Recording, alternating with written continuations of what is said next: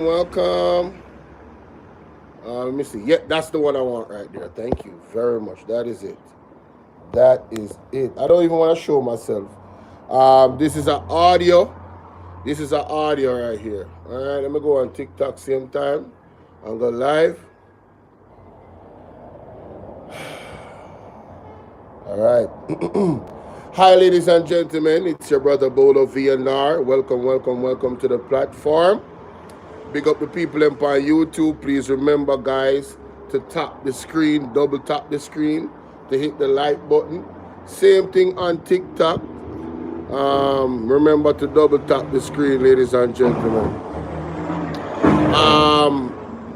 I am here today to relay a message. I don't want to get fined. First of all, I want to relay the message of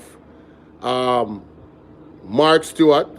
Yes, that is on the agenda. That's the first thing I'm going to play. There is a message. I was informed that I was called upon by the prophet to relay a message that I will be relaying from now until Easter Monday. You have to obey the prophet, you know, man. You cannot disobey the man of God, you know. You understand? So, I have to relay that message to you guys. Again, please double tap the screen, ladies and gentlemen.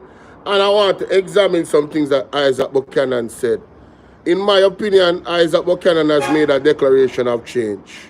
You understand what I'm saying? He has declared. The utterances of Isat Buchannan last night was so powerful. If you missed it, then trust me, it's something that can be played over and over again. And it deserves that play. Because what Isaac was touching on last night, ladies and gentlemen, I'm telling you, he was speaking, it's like he was talking for the voiceless. He was speaking on behalf of all of the people in Jamaica that was going through it. You understand what I'm saying? He was touching on every single issue. You understand? He was championing common sense. He was championing logic. You understand? Trust me. I want to big up Isat Buchannan and big up Panajar TV. Big up Ishmael. You understand what I say? Big up all of the vlogger them. Talk Your Mind TV. Utter for the Press. Everybody. Mystic Sensation. Wayne Lonesome. Feel me I deal with? Big up all of the vlogger them. We are stand for righteousness. You understand? And I stand for real change. Nick, I see you, Shanique. Big up yourself, mama. I see you in the building. Thanks for joining the live. Joanne Dawkins, thank you so much for being the first in the chat. And you actually said good morning. Good morning to each and every one of you. Now, let me go to the prophet first, ladies and gentlemen. Hear what Prophet Mark Stewart has to say, yeah? Let me turn up this a little bit because there's some background noise. You guys, please tell me if you can hear the audio very clearly, all right? Listen.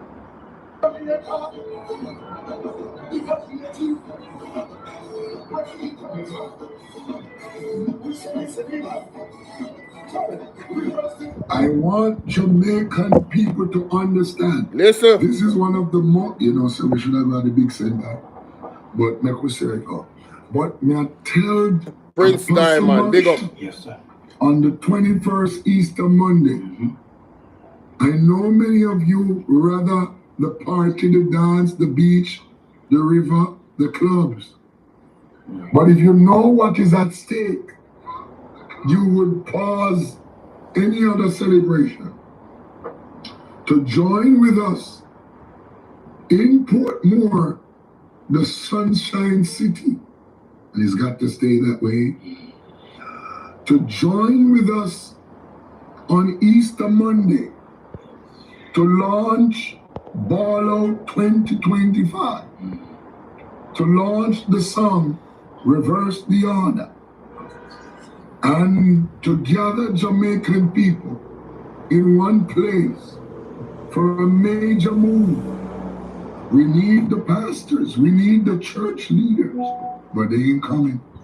So we need the people. We have to make a strong statement on Easter Monday. Yes. Are you with me? Yes. Yes. Are you with me? Come on, Major. We need everybody. This Monday, I'm gonna make the flyer, we're gonna make the sound, we're gonna make the video, we're gonna make whatever we need to do. This is a serious call. Jamaica, mark the date. 9:30, the 21st, Easter Monday. Breakthrough Portmore, 18 West Tradeway. We're taking back Portmore, Kingston, Spanish Town, the whole of Jamaica. But we've got to gather for Bolo. This one is serious. Oh, yeah. It ain't no joke. Yes. We're in trouble. Oh, yeah. Mothers of Zion. Mothers of Zion. We are calling you to come. Wailing women. Bolo. Come. What we telling us?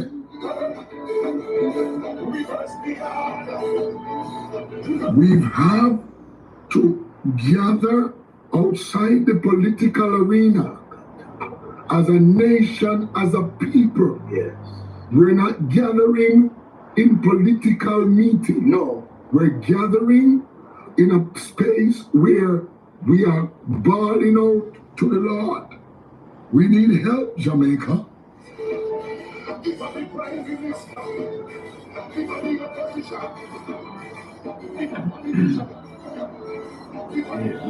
Man of God, we want to tell people again, this is a serious song. It's not a joke. We want to Major. Can I tell you something? Not very long from now, they're going to send for you to sing this song. Yes? Yes. Yeah, but it's not a game. It's not a joke. No, it's serious. They're going to send for you to Major. And I'm going? I don't know if the prophet going. Yes, I'm going. You are the prophet, but they are going to send for you. If they send for me, I am going. I am this song. You are the prophet to them. Yes. But they're going to send for you. Yes. Yes. The Spirit just told me that Go. they are going to send for you. Anti-match, big up. Yes.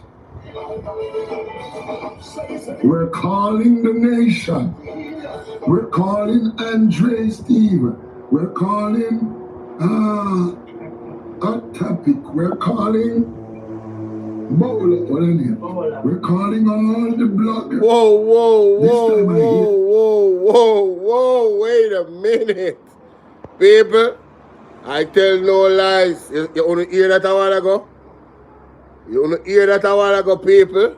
People, a Bolo, I mean, the man, when I say the prophet called me, you know, I have been charged, and I have to listen to what the prophet has said. All right, let me play that back. Hold on there. My God. What name? A topic. Calling Bolo. What is it? He find my name the first time in a Bolo. You kind of say it away and the lady correct him still, but big up the prophet. You don't mind. My gosh. Calling all the bloggers. This time I hear, tell the bloggers to gather all their followers. Politicians. Police, soldier, nurse, doctor. Whether you like me or not, we have an assignment to the nation. Yes. Something is about to happen. And we got to gather to reverse the order. All right. Jamaica, this is no joke. All right. You see what's happening? More tariff. We are on the trip to submit to a country, put away. Listen, this is no joke. You hear that? We are caught between the rock and a hard place. Jamaican people, this is no time to play around. My God. So from Portmore to Halfway Tree to Kingston, to Spanish Town, we will be moving with this gathering. Those who wish to join us, who understand what is at stake, know that they need to be on board. People of Jamaica, Prophet Mark Stewart been given the mandate to bring Jamaicans together, not in a political way, but in a religious move, in a divine move.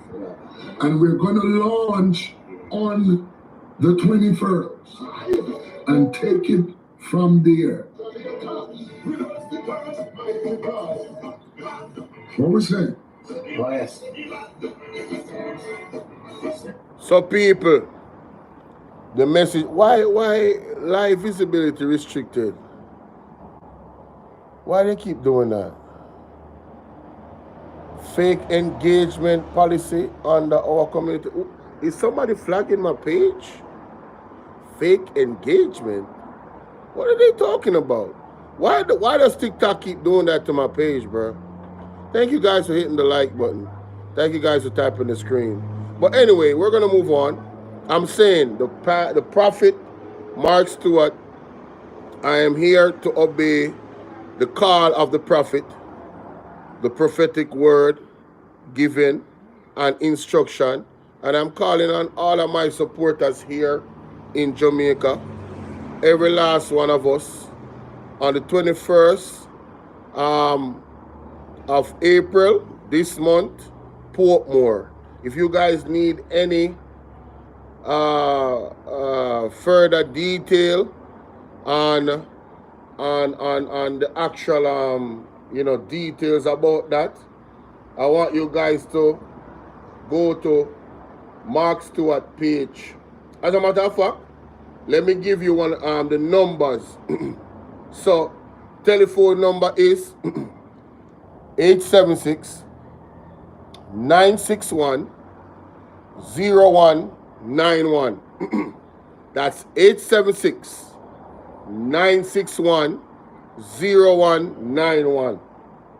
The other number is 876-869-9522. That's 876-869-9522. Ladies and gentlemen, if you go on Mark Stewart page on YouTube, The Prophet, all that detail is in the description. All right? You can also find ways to support them through PayPal, Cash App, and Zelle. All right? So on the 21st, there's going to be a gathering at Easter Monday. Like you said, most people, them are going to party, them are going to beach. Hey, the prophet has declared, and I smell it. I smell it that, the utterances of Marlene Malahoo Fort is something that should be very concerning to everybody. Where she was speaking about the Constitution, and she even mentioned a war. A war? Why would she mention a war? That in the Constitution, if there's a war, the election can be pushed back to a year from now. Why would she mention that? I am highly suspicious of the possibilities of what is being planned. Outside of that, the tariffs and everything, and China, the statements that China has made towards the United States, and then when you look at what deals has this government made with China, you understand? I believe that we are really in a seriously compromised spot. All right? Somebody said, thankfully she's dunce. No war now, bro. Mr. Smelly Wagwan. Brown sugar, what's up? Man, listen. I don't trust it still. It's not even about a big war. I'm thinking about the 80s. I'm thinking about some things that was done in that time. When I remember I heard a story about PJ Patterson must raise up, there was some riots because he put $1 on gas or something like that. So I don't trust these people. I really don't. whatever, every time, let me block this person. Every time, the 90s, every time you make a point, people say a lie. I'm making a point. I never said that. I never told any lies on the person. She spoke of the if there's a war, what would happen. She said that. We played the audio. Nobody lied on Marlon Malawi Fort. I'm saying the JLP has a history of violence, and anybody that said that is not true, them just don't have no truth in them. But anyway, moving right along. So I want to hear what the prophet said about April 21st in Portmore, and I am making sure that today I say to my audience what was commanded of me by the prophet to say to you. So I'm being obedient because you know the Almighty God speaks through the prophet. Yes? So April 21st, people. Again, the number to call to get the direct information from Mark Stewart people is 876-961-0191 or 876-869-9522. All right, let's continue. Let's go to Andre and Isat. And in the hospital, my friend. No, but Ishmael. A media blitz came out to say that the operating theaters at KPH to reopen after 24 million mold remediation treatment. What is the timeline of the remediation treatment? How long did it take? How long did it take? Because if I know you want to remove the mold and so, Ishmael, it can't do in a 1 day, it can't do in a 2 days, it can't do in a 2 weeks. But hear this though, Andre. No, unless it's a food, it can't do in a 1 month. Hear this though, you know, Google is saying to effectively remove mold, you have to start by addressing the moisture source and then scrub the mold off hard surfaces with detergent and water thoroughly. And you can also use bleach and vinegar as... So the whole of the hospital bleach out and vinegar out? For $24 million. Ball out! Whoa, yo. We need help, Jesus. Jamaica need help. My God. So me... Producer, bring in Mr. Buchannan now because this does sound sensible to me. So you spend $24 million to buy some big bucket of vinegar and water and brush and just get somebody to start scrub. Is that what we're doing now? The question is, who is operating this mold remediation treatment? Yes, that is a... Why are you interfering with the people that election campaign money? Oh. Wow, that is actually... Why you call it election campaign money? Man, let me catch an epiphany. You really think about it? How much is it for a 5-gallon bottle of bleach? Anybody can help me out? Cause that 5-gallon bottle of bleach. I don't think we should make light of a serious situation. I agree. This government is a reactive government. I agree. They actually do not fix problems. They do PR and they make empty promises. If you're here, say the picnic them for the last 6 years, have to walk, go school, them come and try to solve the situation after there's a big problem, then do PR. No, nothing now happen. That's the type of thing. When Dr. Dawes raised an alarm about if you know what the effect of being exposed to mold and mildew is, the good senator should never have criticized Dr. Dawes for raising an issue that is fatal to the health in the health service industry. It is an embarrassing moment that a doctor would get up and say, how dare you criticize the government and tell on us, because a man might come in with a finger cut and leave with the whole respiratory system mash up, and you're telling on us we are doing the best because we're a third world country. We're so busy fixing Cornwall Regional Hospital, we don't have no money to do anything else. And furthermore, shame on you, Dr. Dawes, for highlighting this, knowing well that if they allocate funds right now, any money that's allocated is going to go into the election and not actually fix the problem. I want to ask you, did you hear the Prime Minister's utterances tonight in Florida? Diasporans, the Prime Minister came to you tonight and said, Jamaica's healthcare system today is better off than 10 years ago. And I heard the applause of the people in the diaspora. And I was like, the people in the diaspora who sat and heard when Andrew said that Jamaica's system is better off. The healthcare, the Prime Minister said today in Miramar that the healthcare system today is better off than 10 years ago. Really? Really? And when I heard the applause, woo! Really? I was like, really? Was it really a diaspora meeting, or was it a Friends of Andrew Holness Oh meeting? my God. Everybody silent on that one. Woo! Said to hear say crowd a buy no Andre, so me hear, me no know, me just hear say crowd can buy. That's all me say. Wow. Crowd can buy? Wow. Well, I don't know if him buy the crowd.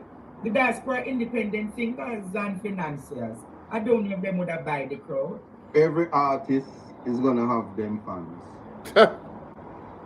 Also, like how you have your fans in England. Well, all that drop in. All that drop in. Yeah, but that's what they're gonna say. If it's me, when I go England and do my fundraiser, them are gonna say, I just in friend them come. That those people don't vote. No, ladies and gentlemen, even in labor right them, can we be honest? Is Andrew Holness telling the good morning, Michelle? Is Andrew Holness telling the truth when he says that the healthcare system is in a better state now than it was 10 years ago? No, seriously, no. With all the healthcare system has always has its challenges on both sides of the spectrum. But no, seriously, can we be honest about the healthcare system and the state that it's in? How could he make a statement like that? Like me just make me I am actually in shock. I am actually in shock, ladies and gentlemen. How did the Prime Minister find the bravery to when he utter those words? My God. Hey, Mary. Man no feel like, brother. Man no feel like, let's continue.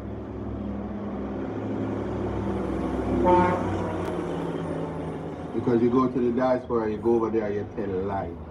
And I mean, it's nonsensical at this point, but we have to keep it real. Anybody that think that the health service is better than it was 10 years ago, simply when you get sick, just go, don't complain about Port and Tony Hospital, since the healthcare system is better than it was 10 years ago. Hold on. Makes sense. That makes sense. Go to your St. Margaret's Hospital in St. Thomas. Yeah. Don't go nowhere else. And when you go to KPH, don't feel no way when if death comes in your family, you have to be reverted to Spanish Town to go claim the body. Because this healthcare system right across is better than it was 10 years ago. Come on, man. Come on. So we shouldn't there shouldn't be no retrofitting in the sum of over $20 billion for Conroy Regional. Exactly. Because the healthcare system is better. And in the last 9 years, there hasn't been access to a modern healthcare system at Cornwall Regional. Because they're still working on it. So whatever healthcare, they had a dead baby scandal, you know. And just because the good PR doctor, that is not a medical doctor, nobody was calling for him to resign and nobody responded to that. Because everything like this, you're not embarrassed that dirty mildew in a KPH? Nasty mildew? Nasty. You think if you have a building with mildew in it, the health services should shut it down.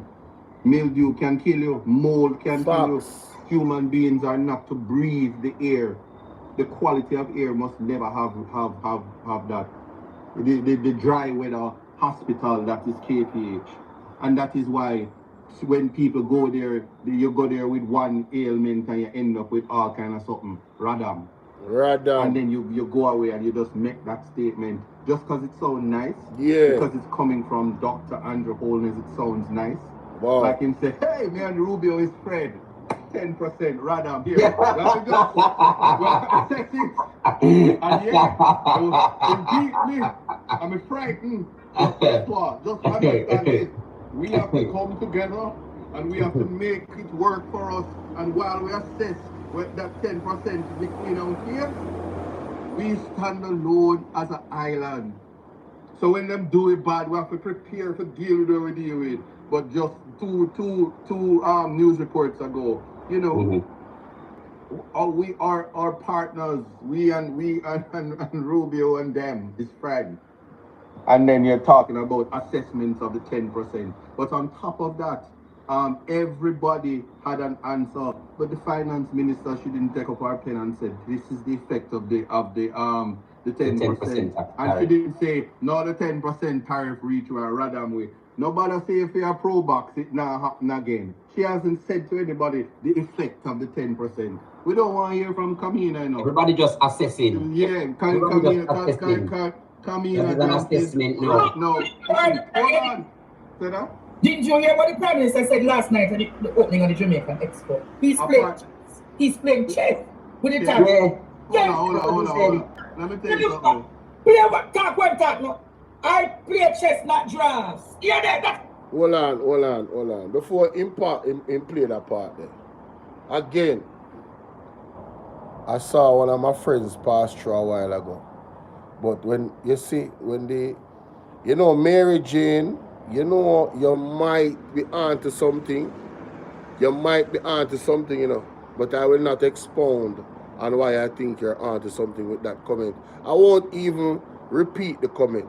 But between you and me and the 122 people up on YouTube right now watch me, on Bolo VNR 2.0, and the 7 people there over Bolo VNR clips, and the 5 people there I watch me on TikTok. I'm telling you something. You must remember the first prophetic word that Pastor Peter Chambers uttered on his platform for this year about the Prime Minister of Jamaica. Alright? And if you guys know that prophetic word, you won't be surprised when you hear some things unfold. But anyway, moving right along. Isat Buchannan really and truly put Favour Williams into context. He put name Christopher Tufton into full context. Right? Where their ministries are concerned. Because she was in the education ministry. That mashup, all of that mashup, still mashup, come here so now, and you see where they're avoiding key issues. How can you have a budget and not mention the tariffs? And then, all right, the tariffs have been upgraded. It's after the budget now. How do you have a press conference and not tell the people the truth? Right? Tell them the truth. Why won't you do that? You want to you want to have the people in this mental oasis, AI oasis, in their mind that, you know, Jamaica, we are in good space, we are financially prudent and disciplined, and we are prepared for all shocks. Until the tariffs start to kick in and life becomes unbearably harder on the Jamaican people that have a minimum wage of $16,000. The $5,000 what the $5,000 is doing now is not what it's going to do months from now because of these tariffs. And we have the Prime Minister in the diaspora telling people that he's playing chess as if he is in a position of power. Where it comes to this war between the big boys, Jamaica is in deep doo-doo. You understand what I'm saying? Deep doo-doo. And they need to tell the truth. Alright? What is going on between China and America and all of these other countries, this tariff war, we are going to feel it the most because we're not in a great position of power to do anything about it or do much. You understand? And even the things that they said that they would do actually does not benefit the Jamaican people, where the tariffs are concerned. And these tariffs are taxes, you know. They are taxes, you know. So in a competitive space, added taxes to our product, what do you think is going to happen? Supply, demand, pricing. It's going to put us at a disadvantage. It's that simple. It's that simple, ladies and gentlemen. Well, let's hear what the Prime Minister has to say about him being a chess player. Let's hear this.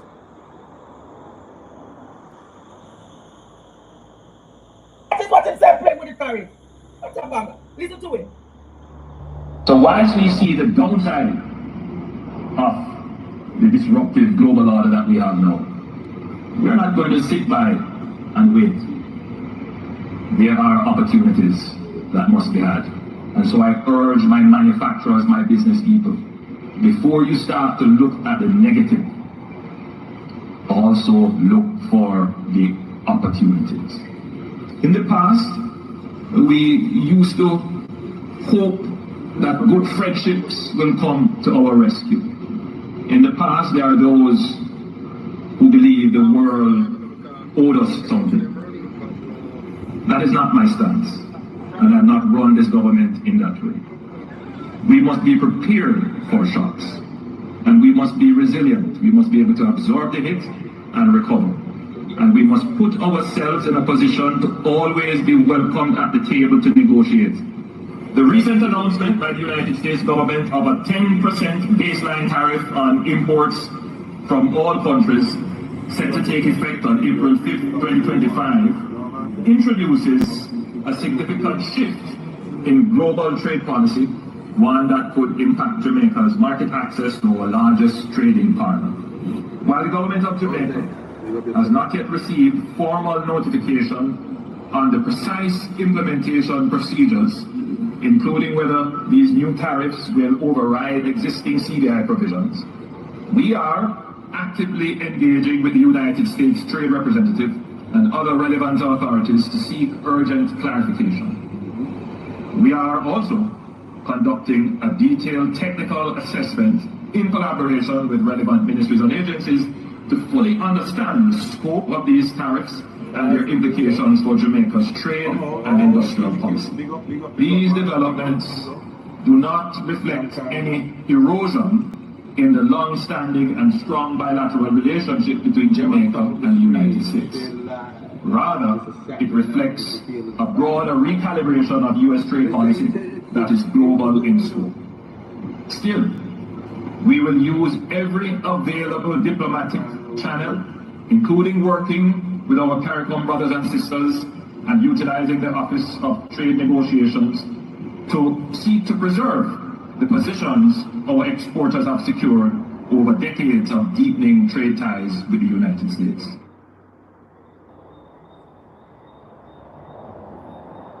I want to say something to you, gentlemen.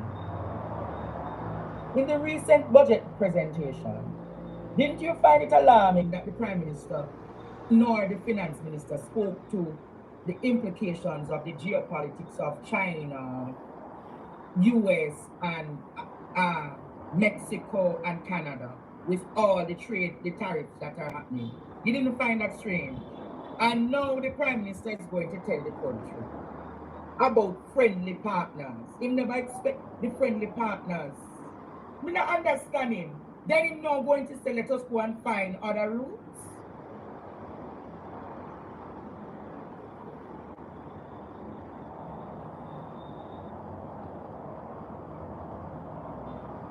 You know what stood out to me in what he said a while ago?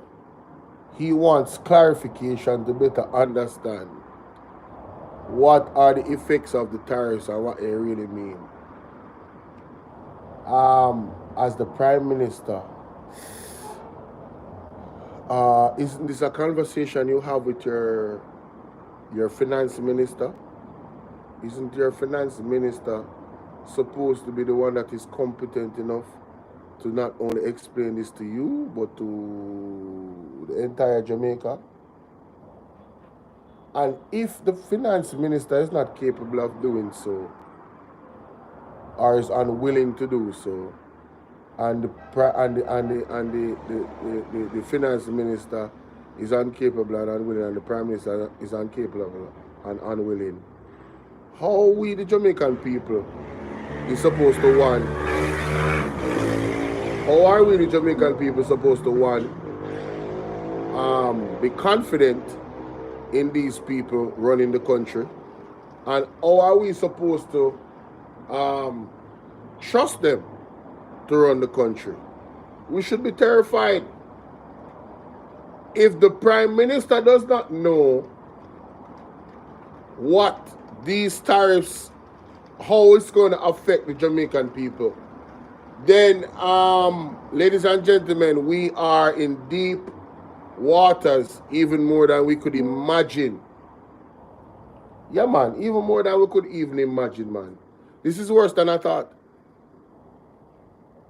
That was what he said there. That stood out to me more than anything else that he said. When he said, we need more clarification as to what these tariffs mean and how they would affect us. Well, let's continue.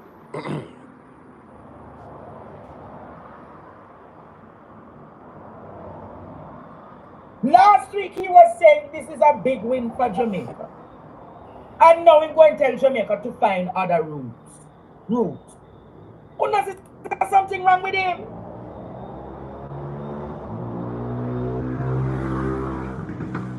I play chess, not draft.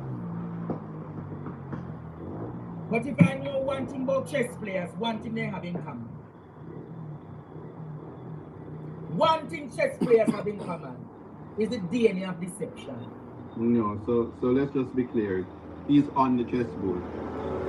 He is not playing any chess. He's on the chessboard. He is king, Juliet is queen. Where she moves so, all of the little pawn them, you see them change them in the Senate like he's oh my God. And then they give them minister position and then turn bishop and book and horse and all kind of stuff. So there's no, that is where people are misguided. But what I will say is, hold on the Isat. Oh my God. Isat said, Andrew is the king on the board. He's not playing chess. He is the piece that is being moved by another hand. I believe that's an accurate assessment. Man, listen, there's so many people moving Andrew Holness. I play chess, so I get it. All right, he's not playing chess. He is the piece on the chess. And he mentioned some people that got Senate, just recently got positions in the Senate. Yeah, they are the pawns. Now, I ain't gonna cap. One of them is a big pawn, but you know, hey. That's funny, bro. That is funny, honey. Wait a minute. Where's my soundboard? I need my soundboard, man.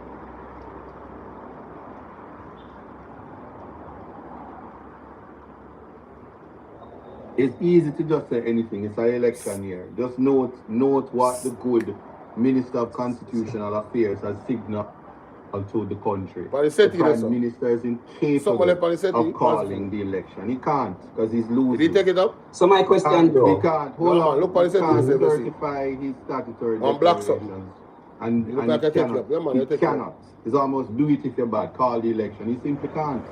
So my question though. This last minute PR stunt to fix road and to promise that him gonna open park and him gonna open business centers and him gonna open this and him gonna do that and they're gonna bring bus and they're gonna extend runways and they're gonna open ports and all of these things. His last minute wasn't done in the last 9 years and is an attempt to bamboozle the Jamaican people. So of course he thinks he's playing chess. But just know this. All people who play chess, they can be beaten. Facts. They ain't the only one playing chess. Facts. And he was outplayed by trying a big PR stunt. And Donald Trump just said, remember the last time I had you at the What happened there? outside of the door? Like the good little boy that you are? Well, here is it now. Take this 10% and go explain. Come on now. What happened? What's going on with my internet? So my thing though. So embarrassing. He needs some milk. So my thing though. The great chess player said that he's playing chess with the tariffs. So is it a part of his game, Andre and Isat, to not ask what is going to happen to Jamaica in the closed door meeting? Because I'm led to believe now that that wasn't discussed. Because if it was discussed, I don't think it would catch them by surprise. Right. I think once again, you guys are missing the point. This is your Prime Minister said that he's reducing duty and taxes on imports.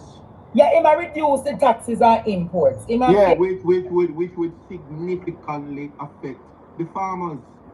It And would significantly affect the local economy, the producers, manufacturers. This is the man and the government that imported ice. So productivity in Jamaica is at an all-time low. And the little production we have in terms of going to compete with all of the imported goods from Jamaica. Everyone know. So let's say we have coffee and Jamaican coffee is being sold on the international market for $10,000. Listen. Are you saying to me that as of the tariff, pay attention, 10% will go on that $10,000 to make it 10,100? Also, right? Let's say 10,100. But then America can say, but me have it for 9,500. That's what's happening. So what happened to the man them where spend them money already for go off foreign? And them have thing there to pay. It's the same thing happening. It's the same thing gonna beat Jamaica Brawlers Group, you know. Yep. But it beat them already, so them lose $1 billion in the first quarter. My God. I said, from you know yourself, you ever hear a chicken business lose money? Never. Not when I thought Never.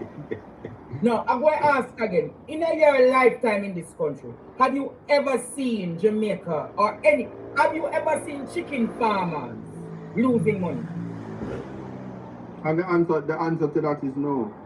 In fact, outside of a natural disaster, this has never happened in Jamaica's history. Never. And the historians can come and the economists can come, but this is unusual. It's very unusual. This is very unusual, and you can't just telling us that we should not depend on our friends.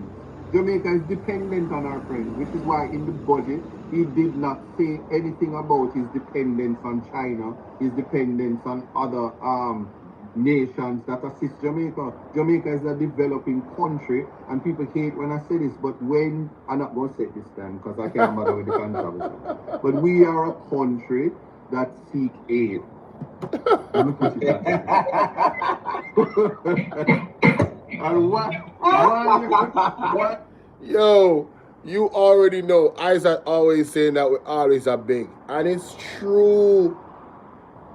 We didn't want to say the quiet part out loud, but we are beggars as a country.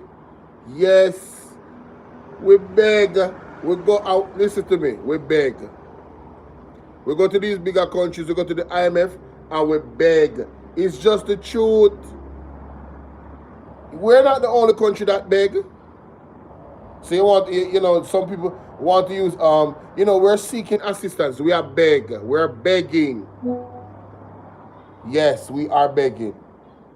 So if we want to, and I think we should, you see, big up to Kwame Brown, Boss Life. He always says this, we need to bring back shame. Because if Jamaica, as a country, had any shame, when PJ Patterson take us away from the IMF, we would have not gone back. Because we would have stopped beg. We would have pushed ourselves to true fiscal prudence and discipline and not look for quote-unquote assistance or begging.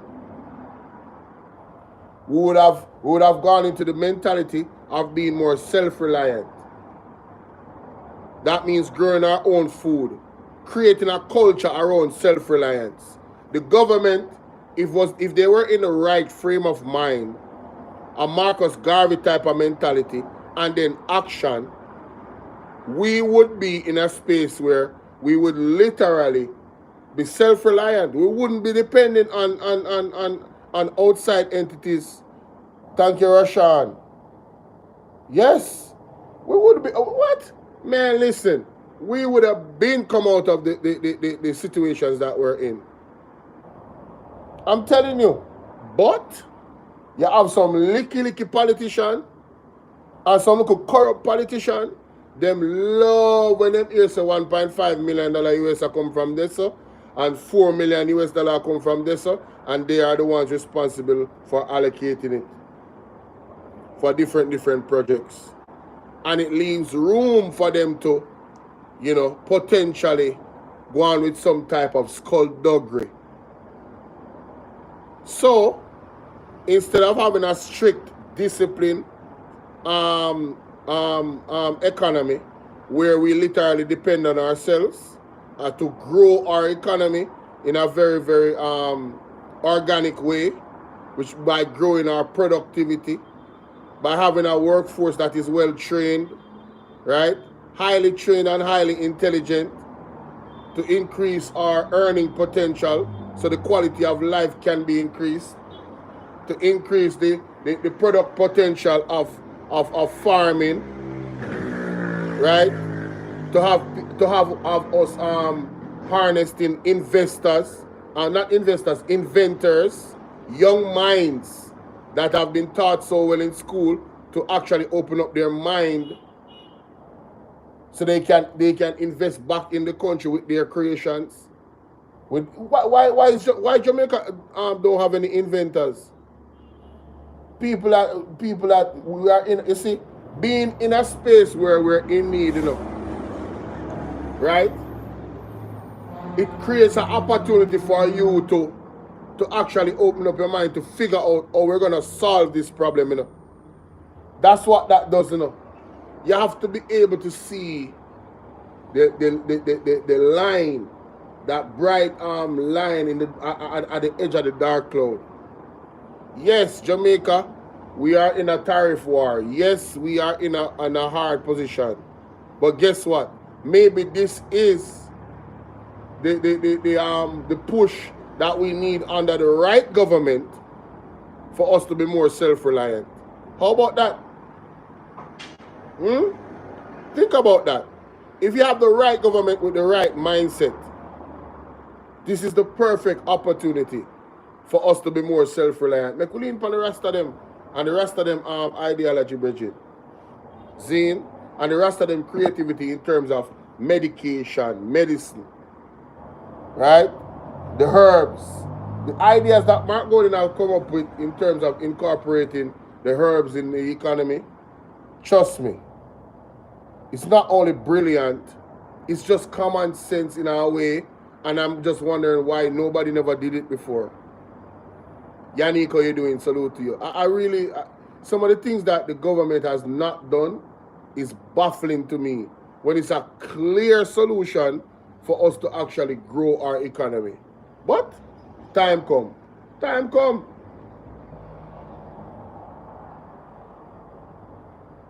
while you're at it, country that loves free money.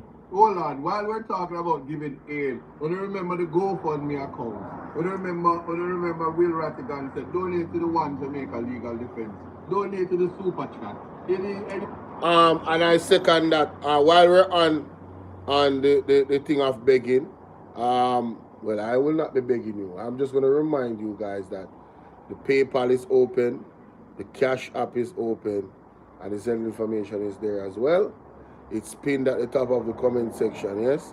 And for the people on TikTok, you know, you guys gift, so that way it's still PayPal. All right? So let's continue. Wait a minute. We're a country that seeks aid. Let me put it that way. Like how we rely on our brothers and sisters in the diaspora to assist us in our endeavors. Yes? And just like how my friends and my brethren them have to go to the Western Union and the MoneyGram to get the aid. And just like how the barrel community welcome the barrel from time to time. Yeah. And just like how JN, we look forward to the barrel community. Mighty God. To my mom in Moko. Yeah? The barrel community. No, it's recorded in summer. I bet you know. The barrel community. No, I'm record some in November. I'm going to show too. Yeah, alright, just know say start record from summer. Greetings to my mom. Yeah. We are a country that seeks aid. So it is disingenuous to say that we must depend on ourselves when we are ready, right as it is right now, with our partners. Many of them get the benefit. For years, Trinidad was getting the benefit when we talk about trading with our partners. A lot of our, even carried cement, a lot of our products, we are always at a disadvantage. There was a time when you start to hear that banana is imported, all of the things that grow here, the banana industry died because of the trade agreement. So when you get a 10% tariff, 10% a whole A true man.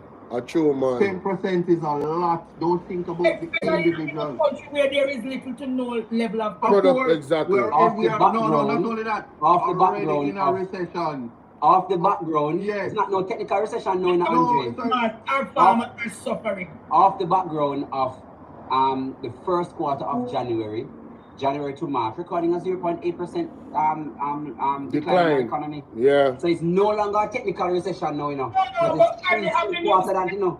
the Bradley Avenue said the quarter. Looking good. No man, Ishmael. Bradley Avenue said the quarter saw a 0.01%. You never hear that? Yeah, you never hear Flavor say. No, you never hear that. Our preliminary reports before the 10% tariff shows a 0.1% with a 0 in front of it and another 0. No, 0.1. The same, this is not the same identical amount that them get from them poll. This is bad. The poll did a 0.1% increase. After them give away the whole of Norman Manley International Future Earnings. Bradley Avenue, I read that statistic upside down here. No, remember they have a mission that they must fulfill. But we're not getting at that. Yeah, we not have time for Bradley. The mission, no, you mean the same mission like when them did bring out the former Prime Minister? It really stupid, you know, Isat. Listen, so it's a 0.8 decline. And off that background, you're going to tell people that the economy is still doing well. And then... At 0.01%. That's not true, it's 0.8. Statin has the thing and then put it out. That's not true. So they must stop saying that. So I'm saying, how can you continue to say that the economy is doing well? And then because of that, here what you do now, you make sure you patch 2 road yourself, you go buy 1 big yellow bus, and then because you have money in the CDF, you change the door from the right to left, which is a good thing. Change the door. So you wait until everybody start complaining, you finally put out the bus, and then you go tell people, say, can't accept no request. Everything is today's well, class, so you just listen. Things are happening under you. No, you know, it's interesting. You know, when you know a country is bad, when you can't see, they are recruiting bushers, people for bush. No, not only that. They recruit, what can go so? Surely. They say you must come down to Port Antonio and you must wear your dress shirt and your pants and your gentleman. And you must come and get recruited. See there, see there? See right there, so come to Port Antonio. Walking that welcome. Business Isat, what do casual. you do, so? This may be a button-up shirt and a pants, or polo shirt and jeans. Who makes this? Who Who is this? No man, let me tell you something. Let me tell you something. This is what they think of the people. No. Sorry about the double noise. If you heard that on StreamYard, guys. Listen, I have to touch on this. So they might recruit bushers in a Portland. Yeah, it gets serious. Anyway, let me touch on this. What's her name? Miss Juliet Oles mentioned something that really, I just came back to me because I was watching Takeman TV. Big up Takeman TV, see? And Takeman TV highlighted this, and I want to go to that piece of audio to share with you guys. See? I'm going to look for it, and I'm going to play this in the meantime. Continue this audio right here. See? All right.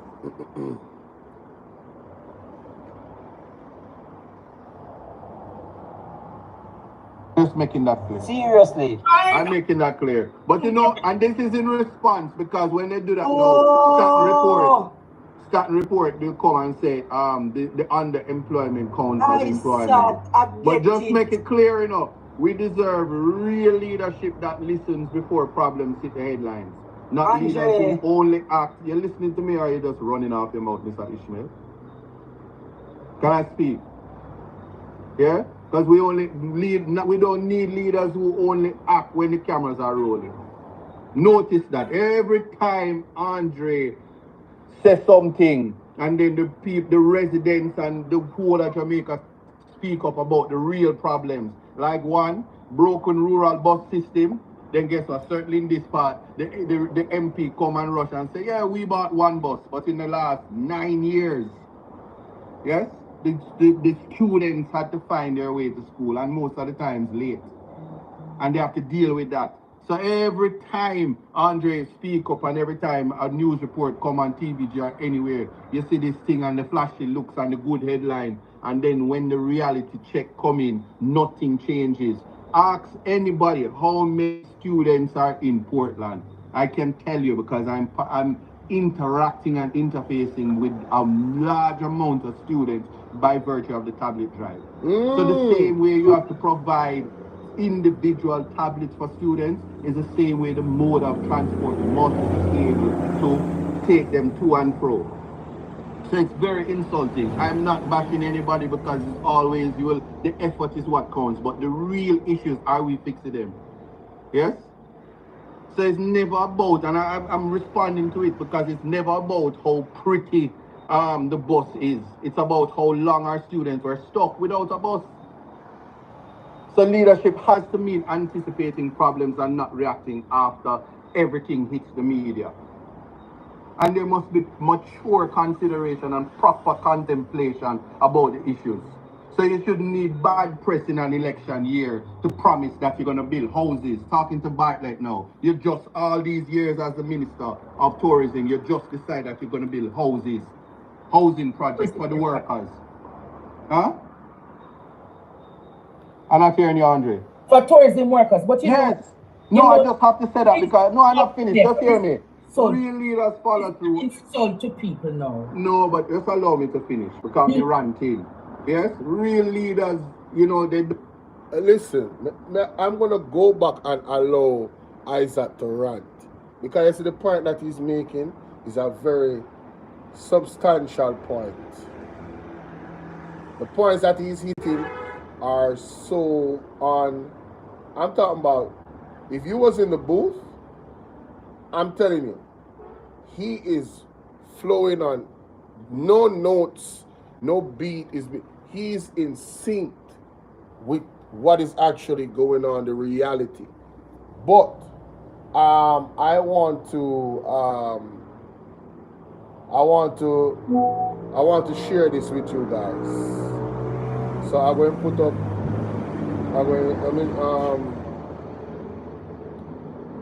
For the people on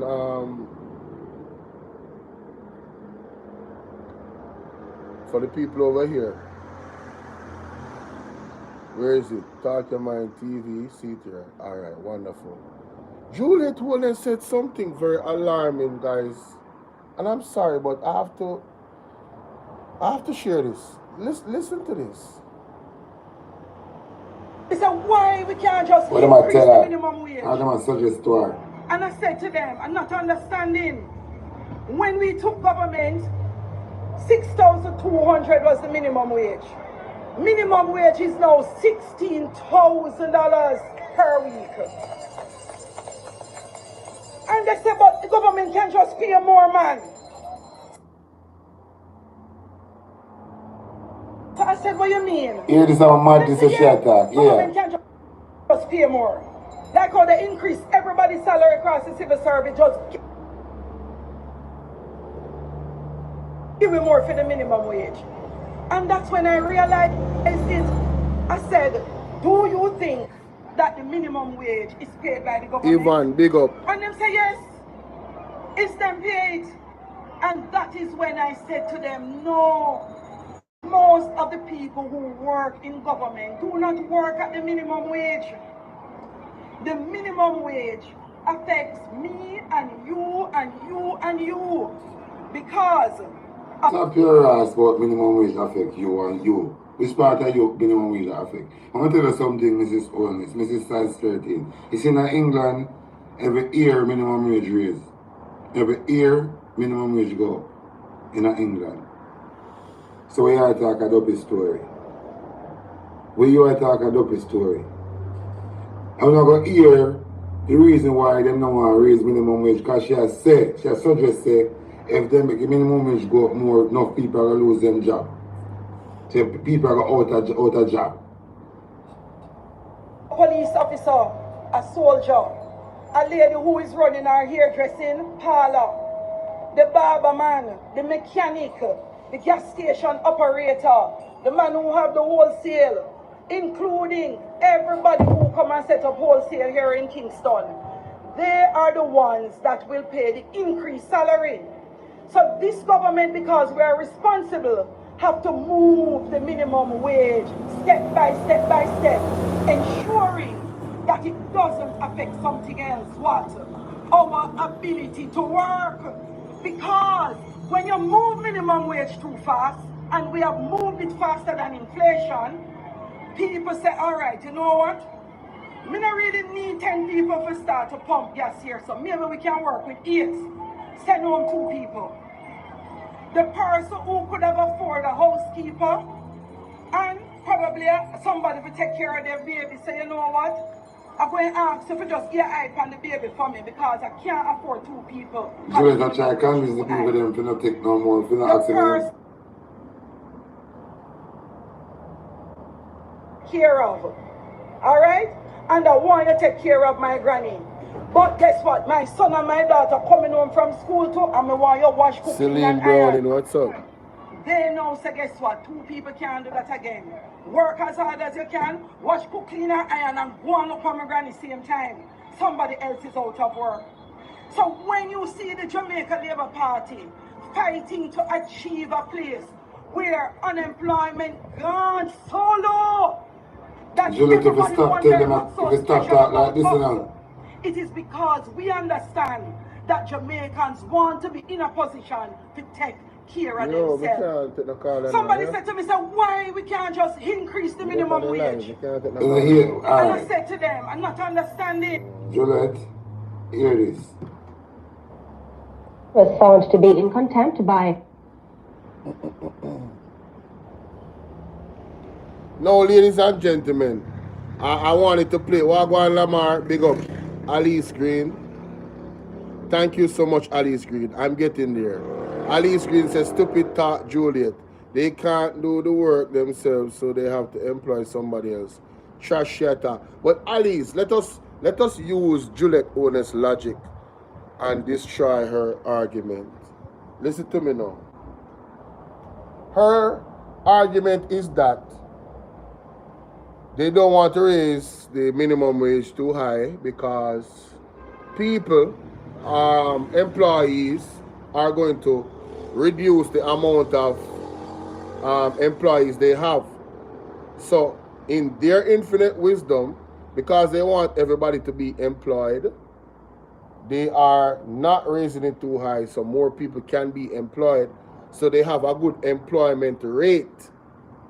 Now, the tariffs are the tariffs, the taxes are the taxes, and the quality of life and the cost of life is going up.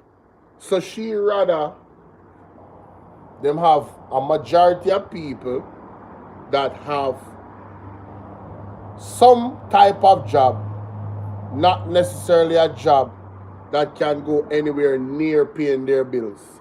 So yes, we have a lot of people that has a job, but the poverty line has not shifted because the cost of living keeps going up. This is the logic, you know.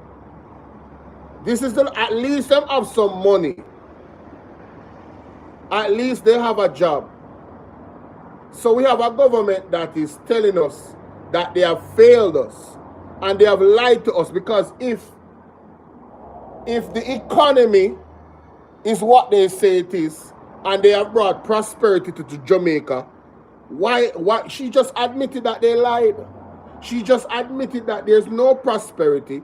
They are actually on the line. They are average at best in running the country.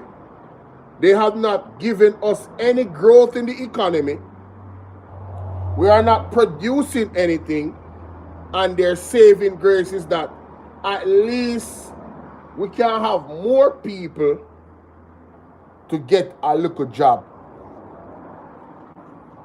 I thought they said that they were coming to create prosperity.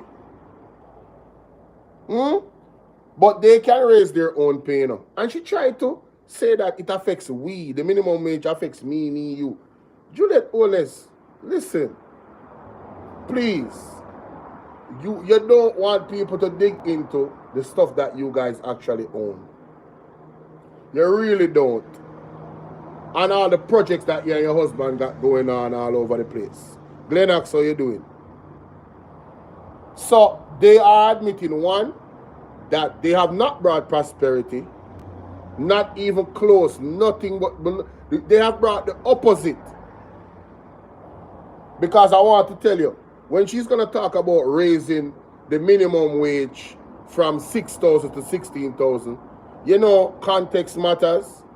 If the things cost the same amount of money, right, at that point when it was at 6,000, if the dollar had the same strength, she would have a point. But inflation has skyrocketed, and the cost of living has also skyrocketed. And these tariffs that are coming now is going to worsen things. It's not going to help it. Right? So they are telling you that, listen, the best that we can do is to have everybody at least have a job. Even if you're underemployed, even if you're not getting paid a salary to take care of yourself, much less a child or children that you might have. What type of cycle is that going to continue? Vertical sensation. Big up. What type of cycle that is going to continue? We're going to be in a cycle of poverty. Meanwhile, her and her husband is stinking rich. Right? These people have no heart for people. They want us to praise them for doing what? Raising the minimum wage so it doesn't make them look that bad. The raising of the minimum wage was not life-changing. It never did anything for anybody. Them still can barely find the bus fare to go to work and pay their light bill, much less food. Food's are expensive. What is she talking about? And this is the first lady. She sounded like she out of touch with the economical reality of the people. And then she spoke about helpers. And you know she talk about for herself. Because you know the people with them type of money, them have helpers. Right? So she doesn't want to pay the helpers them a bigger money. Because she's going to just use a one less helper. But member said she didn't want to turn her wedding in a fish fry, so you have to understand. They're very frugal with their money all when they're stinking rich. Right? The minimum wage should be at least 25,000, 30,000, bro. Real talk. Right now, to the dollar there, the minimum wage should be at least that. But if you balance things, hold on there. But for balance things, you can't, if you can't carry the minimum wage that high, what the government needs to do is to heighten the productivity of the country, invest in the farmers them. But as it stands right now, the way how life is life in Philip, big up. Somebody said, can I name one country in the world where their citizens is living happy? Singapore. Singapore. Philip, you thought you were saying something, right? Well, from minimum wage, it's not about living happy. It's about, bro, let us be real. Let us be real. The cost of energy in Jamaica is what? It's not about living happy from minimum wage. What is Jamaica producing, bro? What opportunities is the government giving the people? You see how Singapore does this thing? Singapore has raised the quality of life of the people there. One of the things about Singapore, corruption is not happening to the extent of what is going on in Jamaica, and that's a key factor. But I digress. The fact of the matter is the quality of life of the people in Singapore. They are highly educated and they make big bucks to the point where they have to import people to do certain jobs. You understand? Because those people are not going to be working those type. They're overqualified. So what she's basically saying is that employer are going to close their business if minimum wage is high. We say knock down that lie. May I tell you? But listen, minimum wage going up. I think they are not prioritizing helping the people of Jamaica. That's just the bottom line. Them fooling them own craw and building up themselves. Right? And then, all right, so Philip, what are they doing in the education system to keep the standard high so people are not working for minimum wage, they can heighten their quality? Huh? What are they doing to keep people that work above minimum wage? Even the teachers are leaving.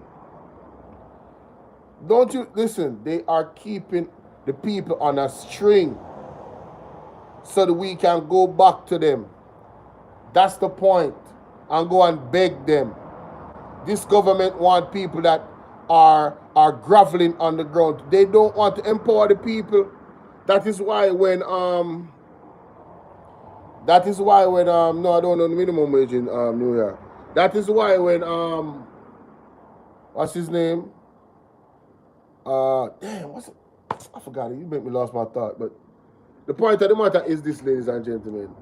They don't want the people to be independent. They don't want to empower the people to the point where we just don't need them to that extent anymore. They don't want to give power to the people. So, oh yes, when Mark Golding gave the ideas that he gave about, increasing home ownership and giving poor people grants to actually pay down on their home so they can start paying their mortgage and actually giving them land, when they heard that really bothers them. You understand? Yes, the employer would the employee would employ less people. Well, guess what? Create more opportunities then. You see, the point of the matter is what you guys are missing. These guys are claiming that they have brought prosperity to Jamaica. And if you've brought prosperity to Jamaica, you don't worry about employees hiring less people. Because the prosperity that is there is going to have them, and development is going to have them hire more people, not less. So they have lied to us. She's telling on themselves. Yes, last some them love people who like to collect box food and $5 in a shirt. That's what they love. There's no prosperity in Jamaica. They have not brought it. And if they brought it, it's only for a select few. So I ask the people that is arguing me down about this in the comment section. You rather a government that makes a select few 5% or 1% of the population wealthy, while the 90% poor and is just around the edge of deading for hunger. I choose the government that choose to increase what they call the what's that? You have the rich, you have the middle class. Yes, I want a government that is going to put opportunities in place to increase the middle class. Yes. This government is not increasing the middle class. What they're doing is expanding the poorer class. That is why she's saying at least them have a job. At least them employed. They are expanding the poverty class. You understand? While only a select few, ladies and gentlemen, actually are doing well. And this is the reality of what you just said. Real talk. But let me hear this last part here, so I must say. Senate President Floyd Morris after she excused herself from the proceedings and did not return upon being summoned. Government senators claim Mrs. Malahoo Fort was being... Malahoo Fort. I'm not going to deal with that right now. I'm going to move on. I'm not going to deal with that right now. Malahoo Fort, I never knew this about you. And was trying to run away. I never knew this about Malahoo Fort, but remember me tell you, we are going to deep dive into that little clip right there on a reaction video. Trust me. Let me just stop sharing that on here and go back to what I was talking about before. Yes, let's go back to my brother Isat Buchannan. The man was venting, Virgin, and let's get back to it, ladies and gentlemen. I'm on mute. I'm on mute. Notice that every time Andre, leadership that listens before problems hit the headlines. Not leaders who only act. You're listening to me, or are you just running off your mouth, Mr. Ishmael? Can I speak? Yeah, I know we don't longer have any middle class. That's the point I was making. Yeah? Because we don't need leaders who only act when the cameras are rolling. Notice that every time Andre says something, and then the residents and the whole of Jamaica speak up about the real problems. Like one, broken rural bus system. Then guess what? Certainly in this part, the MP come and rush and say, yeah, we bought one bus, but in the last 9 years, yes, the students had to find their way to school, and most of the times late. And they have to deal with that. So every time Andre speak up and every time a news report come on TVG or anywhere, you see this thing and the flashy looks and the good headline, and then when the reality check come in, nothing changes. Ask anybody how many students are in Portland. I can tell you because I'm interacting and interfacing with a large amount of students by virtue of the tablet drive. So the same way you have to provide individual tablets for students is the same way the mode of transport must be able to take them to and fro.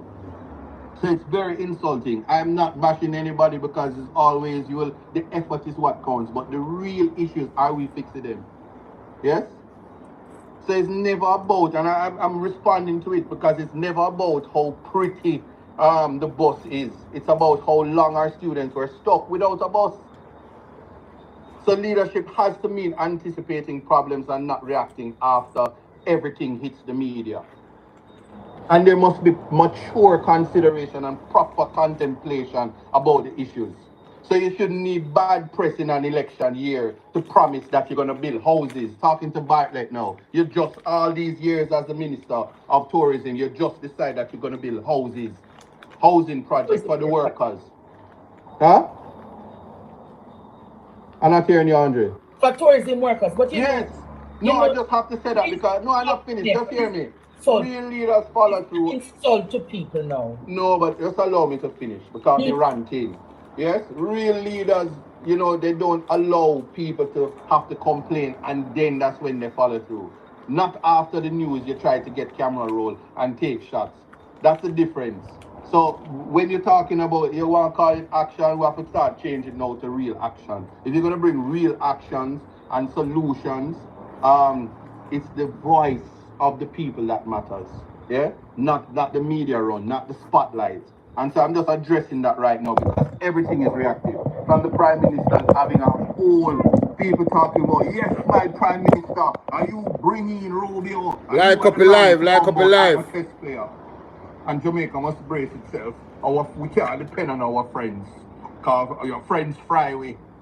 So we have to play it and we have to top up ourselves and we have to deal with food security ourselves. After you do everything and you literally you are in bed with many countries and you ignore it and you put the future of Jamaica on the line. And we must be serious because you did a lot of things in America's backyard and then have the gall to talk about you're a chess player. Hey. Many things are happening and incompetence is what is happening to Jamaica. Incompetence with a combination of corruption, dishonesty, lack of integrity, and lack of capacity and ability. So the confluence of all of that, yes, me using the big word, the confluence of all of that is meaning that Jamaica will continue to reverse and reverse. And the only thing we need for reverse is all of the corruption that is going on. And take them out. You're voting for your life, I will continue to say that. And if you want the future for your kids, you have to be serious about it and stop listening to all of this PR nonsense. So yes, the Prime Minister is right. A chessboard is on there. We see when he move around the pawns, even though I'm at least one of them don't fit in the pawn. That would be a very oversized pawn on a chessboard. But anyway, come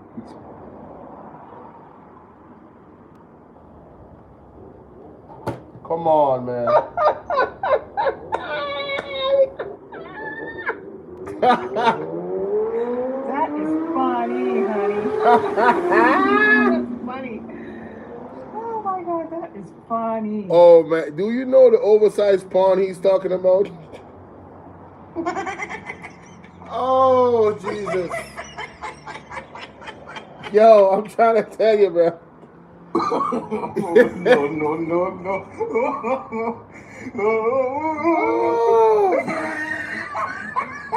Oh, I had to do it. Embarrassing. We need some milk. Man, Isat is throwing melees at the Jamaica Labour Party, man. Sheesh. Let's continue. Some become ministers and some just become backbenchers, but most of them are become the barking dogs that try to distract the nation from what is serious. And we have to be serious about that. So I'm done ranting for the night, but when people think about leadership, do not be deceived. He's not done. Do not be deceived. Godson, big up. He's not done ranting, trust me. And going back, Dr. Dawes, keep doing your thing. And anybody that have a problem for any citizen of Jamaica that is talking up about feces water, let's put it that way, dirty water, and people trying to use PR. For instance, that is why Justice Panton said, don't go in the parliament and drink no dirty water.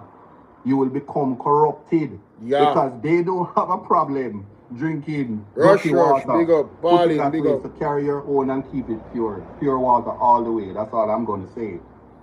Thank you. I'm going to say again, when a government or an MP our people are going to recruit you to do bushing exercise and using bushing as a form of employment, it's an insult to the people. You know what bushing is? Bushing, me not think una get it. Bushing Jamaica. Una get one rake. Yeah, man, Isat I did them wicked, brother. Una get 2 garbage bag. Una get the backhoe. Isat did them and wicked. And that is what them saying that them doing a recruitment fair for. What is this in this country? Bushing. Bushing! It's a form of politicking and canvassing, you know. That's what they do. Because normally this is what they do in the Christmas periods, in the gullies and the drains and the heavily gardened areas. That's what they normally do. And the councillors would, or the MPs would normally get a little allocation so that they can clean up and beautify the place. So now, and it's so funny though, say Portland, we see it though. Crash program work! Crash program! So I go with what we can Portland it today. Couldn't they know else? A Portland alone bush there. The government is adamant that when they can lose any other seat, them are going to make sure that them do all they can to try to keep Portland, because the resources in Portland for them. The resources in Portland for them, Jamaica. The resources, the Rasta man coming to Portland less than 4 months, and the problem we might create down there, the heat we might create down there is untenable. So MP a walk morning, noon and night, MP a do the bushing, MP a do this, MP. When you never see she a chop the bush. I chop the bush. It's a she a chop the bush. And the bush now. I love the solidarity Jamaica because ball out! Whoa! Yo.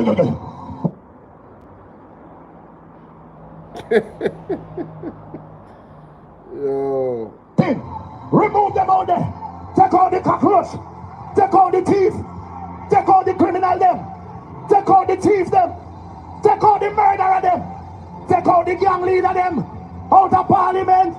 Take them out from Portland. Take them out. I hear Portland. Me I go to Portland. Why me I travel to Portland? Take out somebody. Man or woman. So it's funny you say that though. Me want to see how the people of East Portland will respond. Walk-ins are welcome. Train certified and become eligible to hire by Disha, what's up, Disha? Must be agile, able to climb or handle power tools. Walk outdoor and travel across parishes. Gain skills and open new job opportunities. How about this? No, this is serious. BRB headhunting. What is that? Let me just tell you something right now. I am honored and I am completely flattered. So for those who hold the fundraisers and say that donate because we have to keep Isat out of Garden House. Yes? And for those who say, you know, we have to spend $150 million to truck water because we're not going to turn on back the water because we still have a water business that we have to continue after an election. So we have to protect our disenfranchisement of the people of Portland. Wow. So just know, people, constituents of Portland, continue to tell me the roads you want me to walk on so that they have to fix it. Mighty God. Keep calling me and pinching me and say, please Mighty come to my God. community, we need to see you because anywhere you go, them have to fix the road behind. Whoa. Whoa. I will tell people of Portland this. No, I'm going to be big because no, before the pastor said take out the cockroach and take out the wicked them. Moses, when he get the star from God, he go in a Pharaoh kingdom and Pharaoh did. I don't know if I hope a man Pharaoh did that, but I know say Moses. Alright, just know say when Moses name up the sorcerer then can have all the resources and them can think them is kings and queens and the subjects is theirs. But when God is ready, there's no amount of money that is going to ever allow you. You can buy votes till you're tired And you can dance and you can all talk about Sonny, no, you can't touch this, you can do anything you want. And you can buy all of the clocks then because your boss can't do it. And you have to take him off of your billboard them. I say my billboard nice to see you want to see your market sheet. We buy the cars! Hey, I'm telling you something, man. You see what Isat Buchannan just said a while ago? It's just the truth of the matter. What is happening right now, ladies and gentlemen, is a prophetic fulfillment. The utterances of the prophetic is you're seeing it unfolding right in front of your very eyes. Who remember when Peter Chambers said that the people of Jamaica is going to turn against Andrew Wallace, even his own people? Who was listening to Andre last night? When the lady called in. What she say her father name? Russell Shaheed. Asa? Russell Shaheed. I think Russell Haheed. Russell Haheed. One of the 21 family them in Jamaica. For her father be one of the big name them. The lady say she a born labor right. The lady say her mother, you couldn't talk nothing about labor right. And as one of the children of that space, the same labor right them have vote against Andrew Wallace, you know? The people and the veil of the people and eyes have lifted, ladies and gentlemen. As a matter of fact, let me find that woman there. Let me fast forward to that point there, sure. You understand? Let me fast forward to that point there, sure. As I wait to get ready for it, as I hear it, you know them say time come, don't it? Jamaica, to celebrate with me.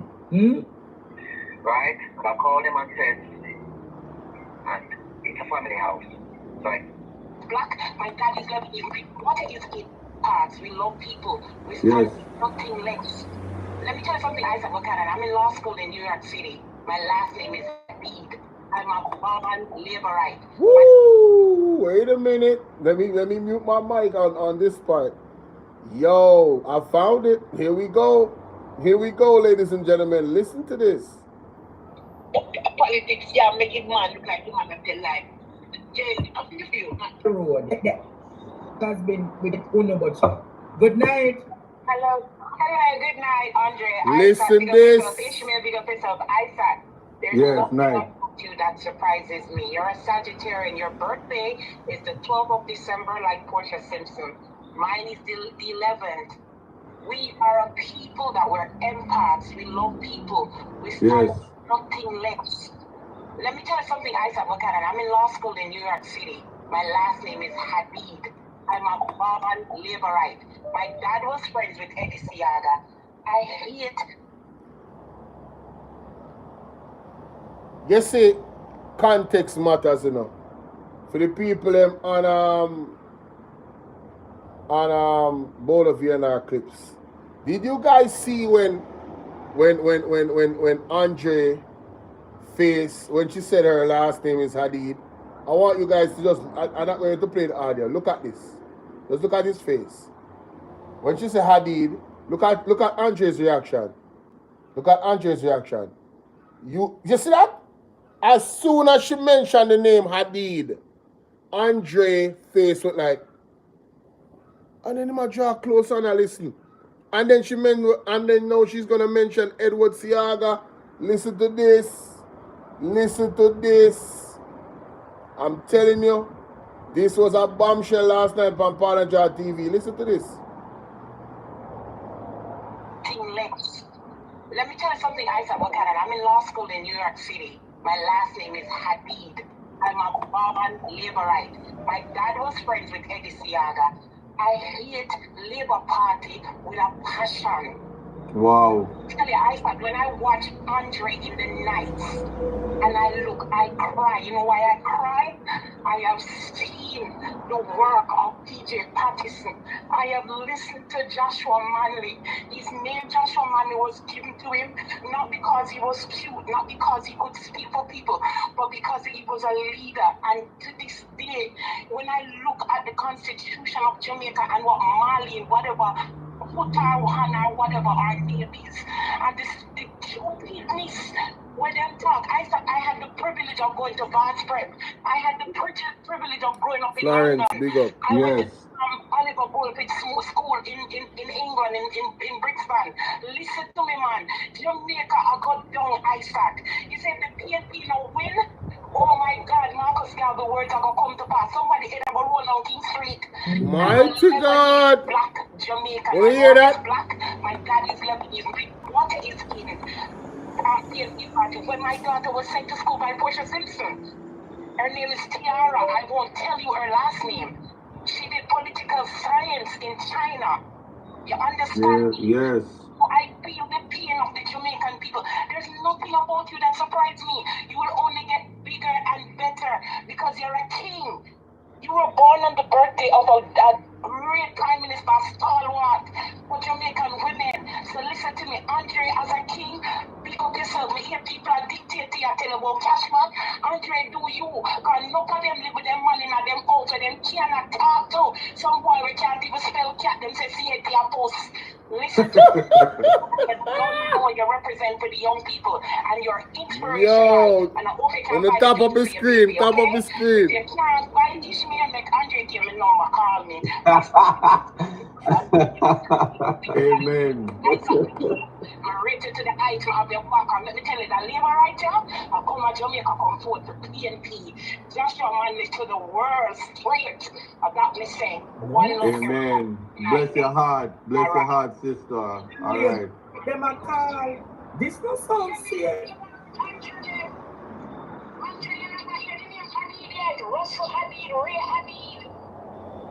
Wow. I have, Andre. I have. Wait. You affiliated with Russ Ladin? She said she is a women. You affiliated with Russ Ladin? Our family, she said.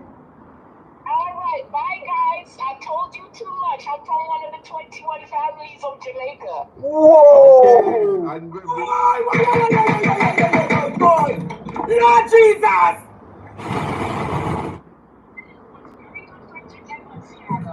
So don't play with me. I'm very brilliant, but I'm a Joshua Manley girl. Okay? Alright.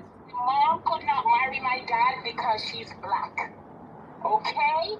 So if it wasn't for Joshua Manley, my name would not be Habeed. Okay? Okay. Bye.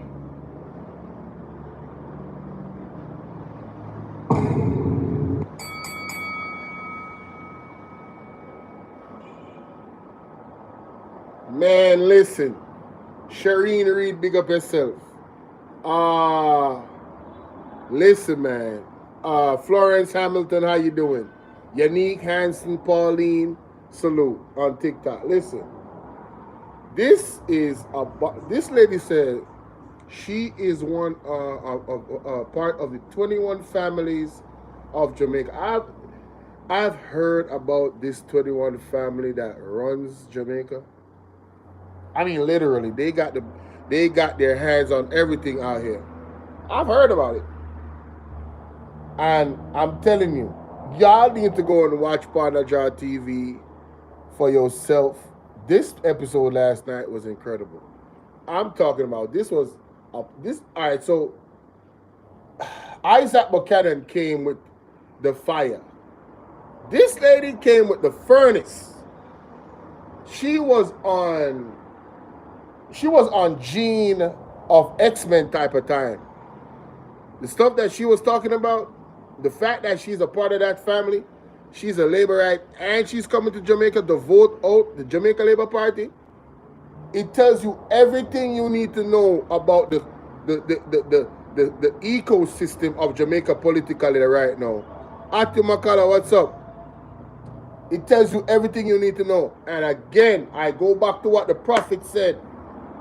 Peter Chambers told you guys this would happen.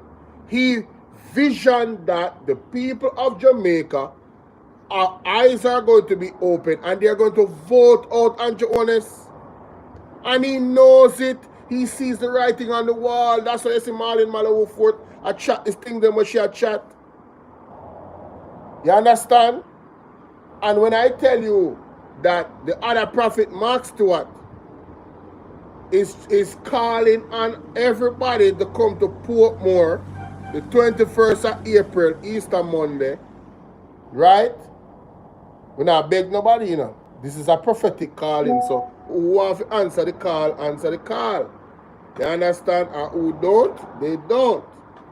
Everybody can hold a Portmore, but you will know if it speaks to your spirit for you to be there, innit?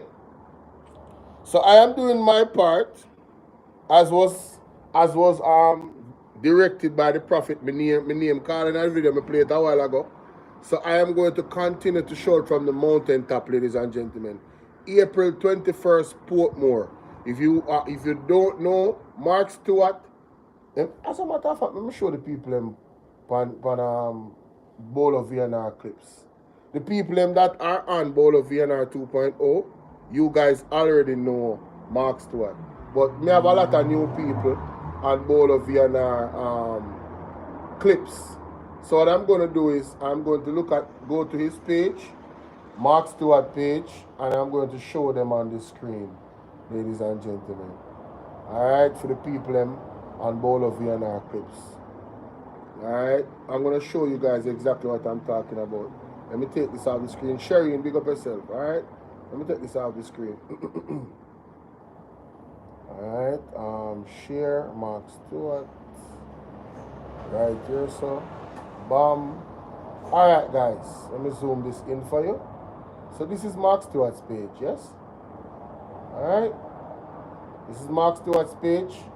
I want you guys to go and subscribe to his page, ladies and gentlemen. Alright, let me go to one of the videos, and I'm gonna show you the contact number. Alright. Alright. Show you the contact number. So this part here is called the description. So right here you can see. You see the two numbers right there? Telephone number, again, 876-961-0191. And also 876-869-9522. I say that slow. The number to call for Mark Stewart Breakthrough Ministries. Any information you want in regards to April 21st, or you want to make any arrangement, if they are going to have buses coming from here and there, all of that, the number to call is 876-961-0191. Alright? Or 876-869-9522, ladies and gentlemen. Good. Let me continue with the show. So to get that. Alright? Stop sharing that. Go back to what I was sharing. Let's hear more from this lady that called in. That's a part of one of the 21 families. Yeah, let's go. She's gonna say more. Trust me. Oh, wow. My name would not be H-A-B-E-E-D. Okay? Okay. Bye, guys. Oh. So I wanted to make that point. If it wasn't for Michael Manley, her mother was considered to be she was considered to be out of wedlock. So back in those days, they would discriminate against children that were born out of wedlock. Michael Manley changed all of that, ladies and gentlemen. So as a child, I know as an adult, as an educated person, even though she is what you would consider a born laborite, she understands the significance of what Michael Manley did for her, especially. The laborites didn't do it. Michael Manley did it. The laborites are really the high class of people, the uptown people. That are them original. Remember that Michael Manley or Norman Manley, I believe, that linked with Castro. And what happened?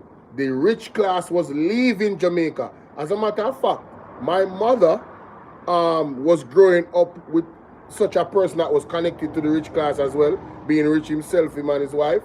And they were ready to leave Jamaica. They were prepared to go, if it's even a banana boat, They wanted nothing to do with and God bless his heart. I love him. Rest in peace, uncle. But it is what it is. It is the reality of what was happening in Jamaica in terms of the people's mindset. They literally was going to get in a banana boat and go away from Jamaica if Jamaica had connected with Cuba in that way. All right? So when you check the history of the labor rights them more connected with the uptown and the rich people them. It is what it is.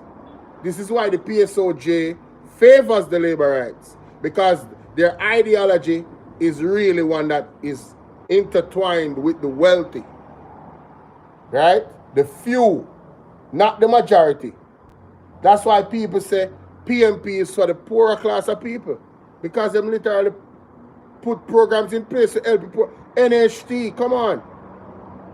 The basis of the NHT is to help poorer class of people to own a home.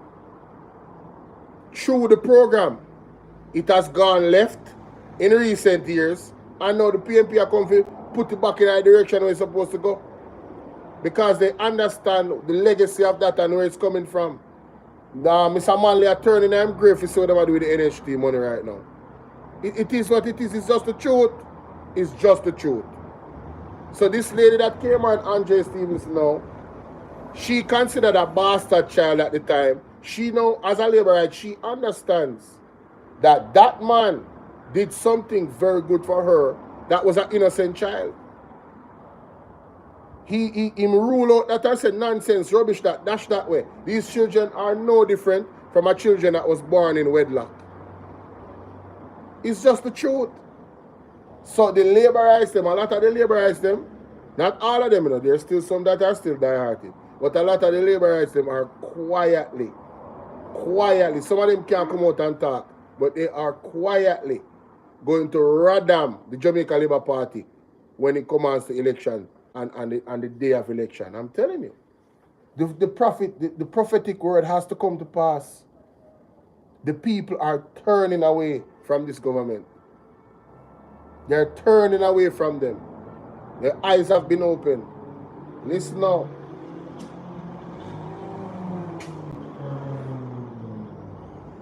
Come up. What you do to me? Hold on there. All right, here we go. Okay. Bye, guys. Oh, wow. Take care and good luck on your law, wow. your law journey. I hug you. God, no, I would hug her. All right. Wait, I don't think you know who was black. They don't understand the veracity. There's an evil Alibaba, you bloody thief, criminal. Yeah, on a point finger. Come on, man. Remember, people go watch Netflix. If you heavy single go and prison, no go watch Netflix.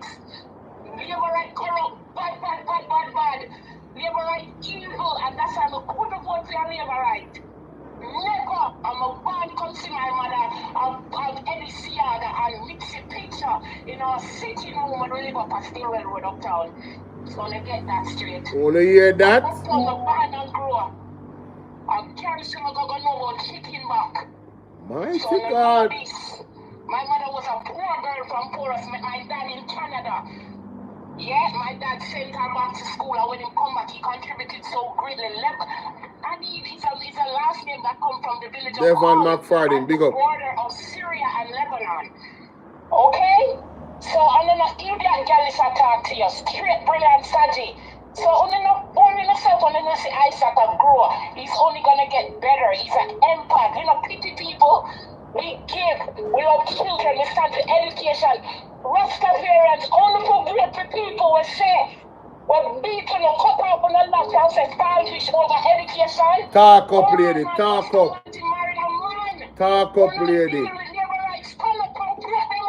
Talk up, lady.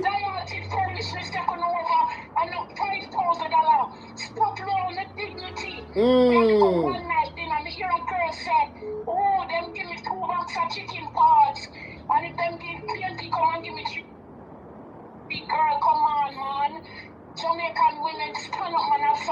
dignity, man. It's degrading to us in the diaspora that see women belittle themselves for $5,000. Mighty God. I couldn't believe when you hold me envelope and say 5,000.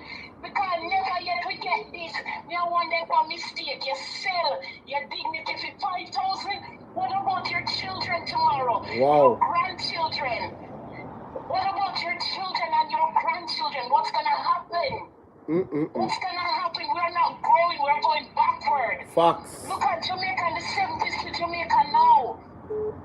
Crime is, you take people, kids out of house and kill them for what? Our boys are dying. And you only still wiping the safe on the police guard. Facts. Facts. This is not about who rich and live over this or who. We're all Jamaicans. So if you're a liberator and you want hospital, you're going to get good treatment. But if you're PNP, you're not going to get none. We're Jamaicans. We're not fight. This is what Marcus Garvey fought for. Wow. This is what Nanny fought for. Our ancestors are weeping. And that's why Jamaica is going down, because God leave Jamaica a long time. Yes. God leave Jamaica a long time. Yes. So when you took on the China one way, say, Obia to legalize, how can you, Obia is there's necromancy, Obia the Lord, so all of them are all, whatever, are the occult. But what I'm saying is people bring back God in Jamaica, noonday meditations, fasting, prayer. People look to where the blessings is. It's not in unto owners. Trust me, Mr. Labor, my van, come see. If you ever talk nothing about labor, my mother ignorant. As Jamaican people that say, because she poor and she couldn't read good, she did a sexy, have a good shape. And a nice Lebanese white boy just like her and take her out of poverty. And I had the privilege of going to good schools. I went to school with Bob Marley kids. People, wow. Up. Thank you. Good night. Love y'all. Love you. Sir. Wow. Loud. I felt that. Loud. You know who Russell Adid is in the Jamaica Labour Party?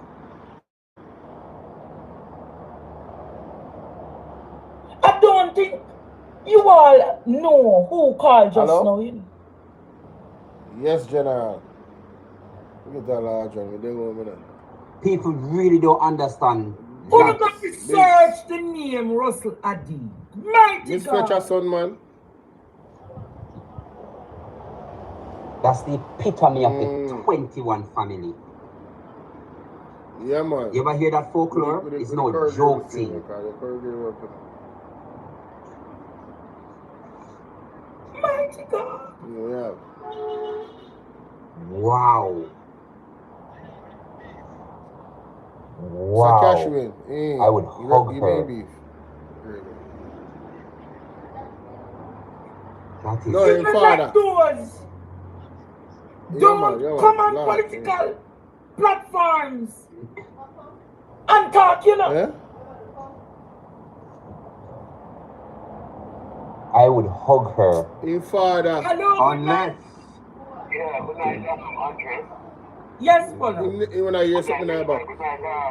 Just talk, Palak. The class night. You just get in at the talk, no man. You know what I think?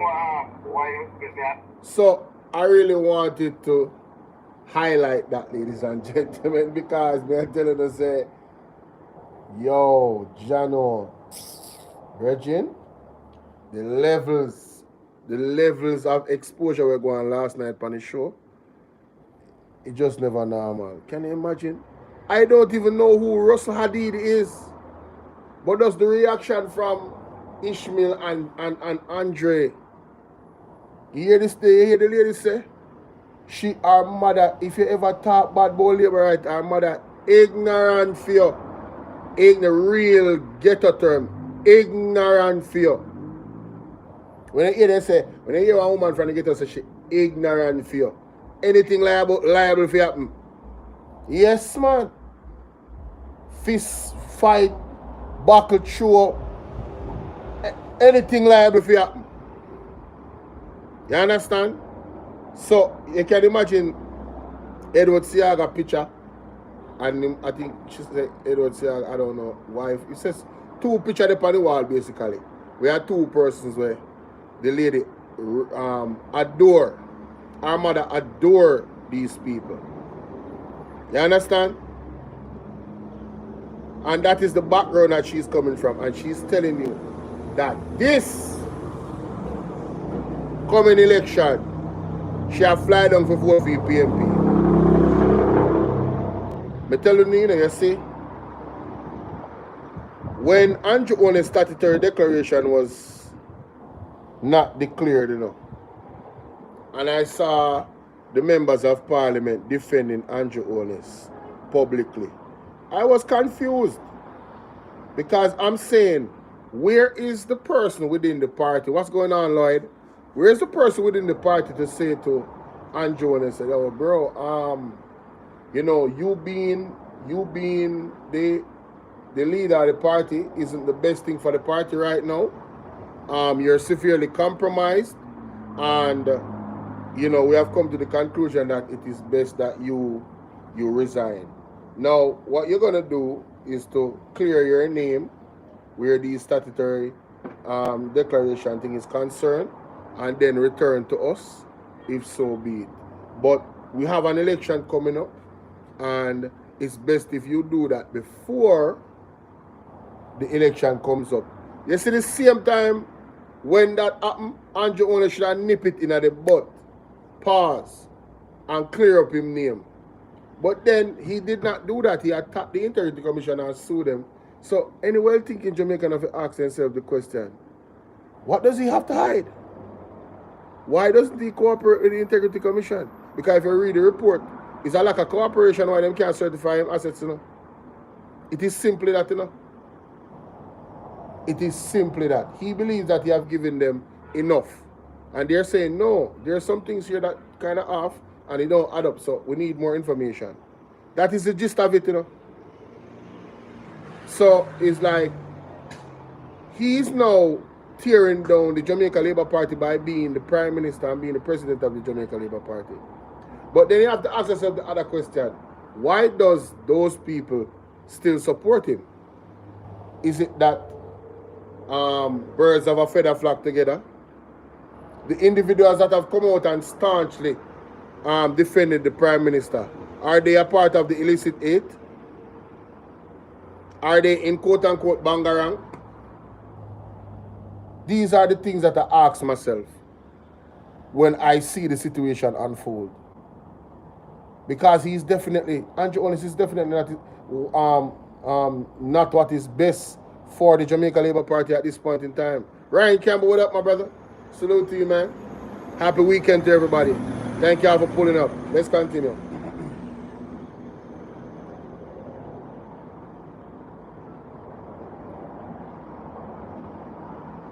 That try to distract the nation from what is serious, and we have to be serious about that. So I'm done ranting for the night, but when people think about leadership, do not after an election. Then we are saying, God bless you. Look, what a powerful song. You know what I love about that? What? Can I just say this? Whoever did that edit, God bless you. They never discriminate against the senior citizen. All pay we are saying back. Reverse the curse. All if you're in the grave, we are sending you back. All right. But Jamaica want to make an announcement. Oh my God. Isat is so funny, bro. Easter Monday. Yes. Easter Monday. Yes. There will be a special church service Easter Monday. So every one of you, I'm going to give you a location very soon that we're going to be gathering. Only hear that? He said this last night, right? But Lowell Whitfield, add me to your chat group. The number to my chat group is 1-876-451-6535. If you want to join the WhatsApp group, all right? 1-876-451-6535. All right? Share up the live and like up the live, guys. Give me a double tap on the screen like this. Double tap. Double tap. Like and share. Let's continue. So, Mark Stewart, April 21st, Portmore, ladies and gentlemen. Just go to the first part of the live and you will see the details of that. It's the first thing I played. Let's continue. Monday. You know Easter Monday church service? Easter Monday, Jamaica. Oh my God. Even if you're there in Westmoreland. Even if you're there. Sorry to the people that are on Bolo clips. I forgot to unmute my mic. So I was saying that go to the first part of the video if you're just coming in, guys. Just rewind all the details to April 21st. Mark Stewart, the number and everything, right? And for those on here that want to join my WhatsApp group on Bolo VNR Clips, let me just put the thing on the screen. That's it right there. That's the WhatsApp number. Just text join if you want to join. But Mark Stewart, the details to Mark Stewart, yeah man, right at the front, the first part of the video, you'll see the details to Easter Monday in Portmore. Alright? So I'll be advertising that every day on all of my platforms. Yeah. And if Mark Stewart people are listening, you guys can do a 1 minute or 2 minute video and send it to 876-451-6535. So I can just play the video and all the details and information is there for the gathering, the Bolo gathering for 2025 in Portmore. Right? Kay Watson says, she mentioned her dad went to Canada. My family doctor have that last name and he's from Red Hills Road area. He died a while back. Whoa. People them connect the dots. So you see say a high profile people them do. Yeah man. Hadid. Yeah, Russell Hadid. Very interesting. Very interesting. Portland. Even if you're there St. Thomas, it is start. You remember I said when the mothers of Zion travail, Easter Monday, we're going to I'm not saying anything more. Easter Monday, Jamaica. We're going to get when is Easter Monday? I think it's the 5th. Let me get it right. The 21st. No man, I don't take us so long. Can I just want to say the 20th. Can I say something please? My Portland family. This Easter, your MP candidate, I'm going to ensure that I give out bun and cheese. I promise you, my face will not be on it. You never pass. I am not. Embarrassing. We need to ensure that my Portland family get Easter bun and cheese without my face on it. So when you get your bun, please do not tell them you got it from me. My face won't be on it. Okay? All right. It's not so go. Can I do it? I'm not so slow, but go ahead. My today I have good news for you. Do the turn now, the turn. That is funny, honey. Today my Portland. Oh my God, that is funny. We have Done, please. my Portland family. Oh my God, man. No, these guys are funny, man.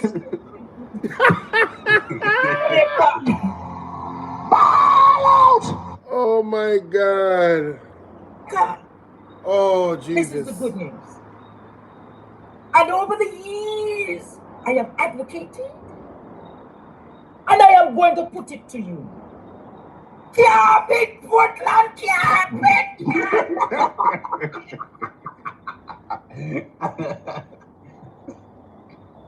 All right, so yes. That's the situation that many of you are presenting with. But outside of that, how many of you are better off? With all of that theatrics and all of that noise. How many of your lives are better off? Only a few. Only a few. Facts. But you know tonight, Jamaica, when you see constitutional, there's a constitutionalist that when he speaks, it's like everybody just say, okay, Dr. Lloyd Barnett. And so we go. Did you see the front page this morning? How them raise up the voice of a Dr. Lloyd Barnett? Dr. Lloyd Barnett is questioning the timing of the utterance of the Minister of Unconstitutional. No, the Minister of Constitutional. No. The Minister of Other Affairs unconstitutionally constituted. Did you hear what Dr. Lloyd Barnett said? Big up Star Girl in that place. Big up Star Girl. Respect. No, this me have to blow up this on the screen because this is serious. Mr. Barnett questions the purpose of minister's election statement. And the PMP asks her to clarify. I was really wondering the purpose of it as well. Oh, my general. Now forward there. I want to listen.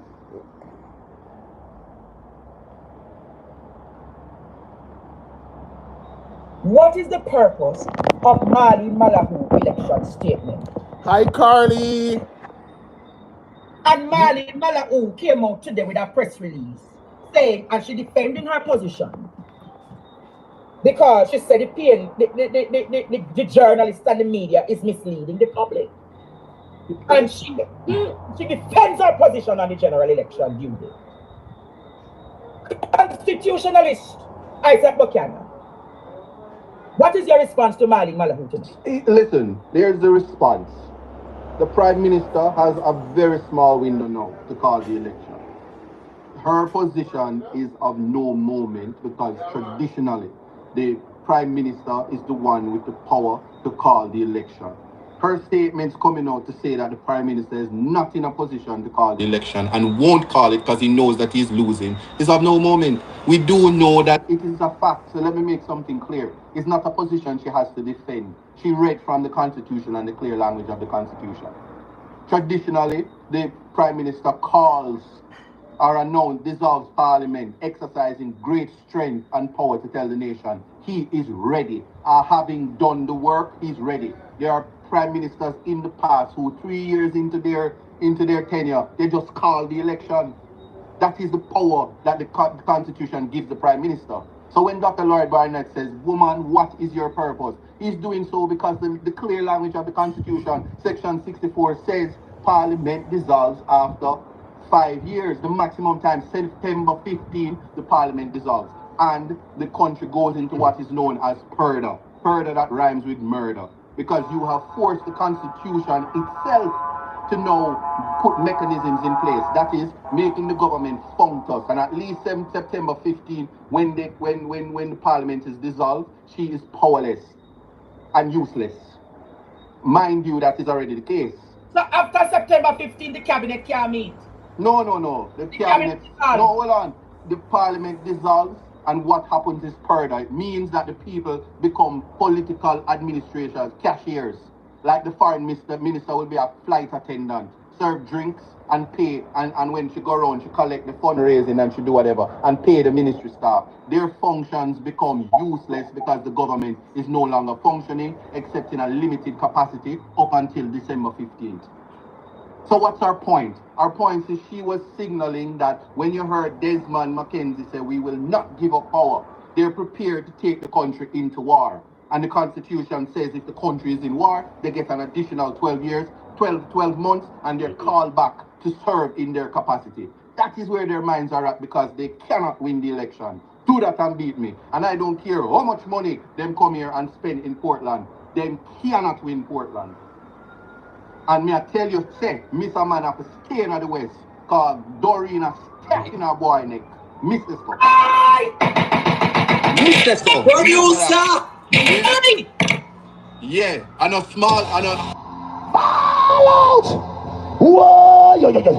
We need help, Jesus. Jamaica need help. Shift the parliament. Shift the election. Shift everything. Remove them out there. Take out the cockroach. Take out the thief. Take out the criminal them. Take out the thief them. Take out the murderer them.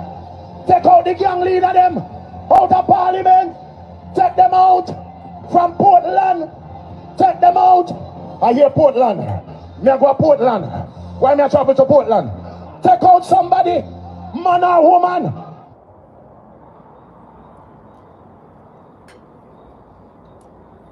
You know what I think? I think this is a ploy to try to force the electorate to become uneasy so that he will have a reason, as Isat said. No, the electorate is not uneasy. Because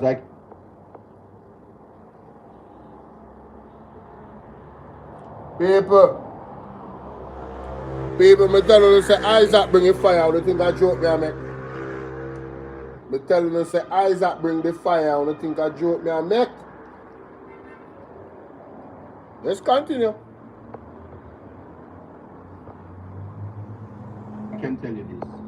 This is a perfect opportune time for Partner Draw TV to make a call to our neighbors in Barbados and say, Prime Minister Mia Motley, what was the result of the last stubborn Prime Minister to wait to the last date to call the election when you were the opposition leader?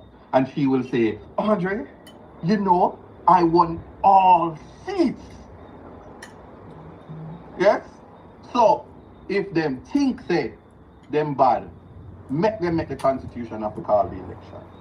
Because that's really it. Dr. Lloyd Bardetti says, what is your point? You don't get any brownie points for reading the clear language of the constitution. Traditionally, any prime minister that is worth his weight and has carried out his mandate and fulfilled his promises and not wasted 9 years, including bamboozling the people. You call an election in a COVID and nothing now going on, you can't call an election. You know, she say you're wicked. Yeah? So when she defends her position. You don't have to defend your position, counsel, because you are correct. Section 64 is clear. The parliament dissolves on the date of its first sitting. 5 years from the date of its first sitting, September 15th. The last election was September 3rd, 2020. 2 weeks later, from September 3rd, is September 15th. What is your point? The election is due September 15th. If the Prime Minister fails to do so, the Constitution is going to run you out. Your Parliament is wash up. That is a legal term. When purdah takes place, the Jamaica Labour Party wash up. That is the law. So who don't like it? Yeah. Wash up, Marlene. You come out very strong tonight. No, because I'm very passionate about the Constitution. Let us not forget, in 2023 is $500,000 I pay for defending the Constitution. So all those who like to tinker with the Constitution, let me use nice and softer words, play with the pages of the Constitution late at night and turn the pages vigorously to make a point, a moot point. And it stays just like that. What is your point? Because you don't have to defend it. But you know, when you see a government say these things, gentlemen, it's very worrying for democracy. When you hear the government make these utterances, and when you hear government members say they will never surrender Jamaica to the PNP, talk up, Andre, talk up. When the PNP wins majority of the seats plus the popular vote, what is Andrew Wallace's plan? Is he going to hold on to the reins of government? Hold on to the... All right, let's just make something clear, please. This is the alarmist conversations that we ought not to have. The power resides with the people. Even if they had the greatest of intentions, they are powerless on the 15th of September. if he waits. And if he waits, he will go down in history as a weak jellyback man. The worst chess player in the history of Jamaica. And we know what their problem is. Their problem is that after spending billions of dollars on 2 by-elections, they lost it. Let us not talk about the wasted money spent to place Dalrymple in a seat that she already knew she was going to plead guilty to buying her sister a car with government money. Vehicle concession scandal. Yeah? Let us not speak about the money that was spent because Dr. Nigel Clark went off to greener pastures. The irony. Because the grass is actually green on the other side. So no Jamaican people have no famine on the land. So just because the color labor green, it don't mean the grass green on the side. They come home Jamaican people. And that is their problem. They know that they cannot buy votes. And they cannot really let embarrassing and buying votes.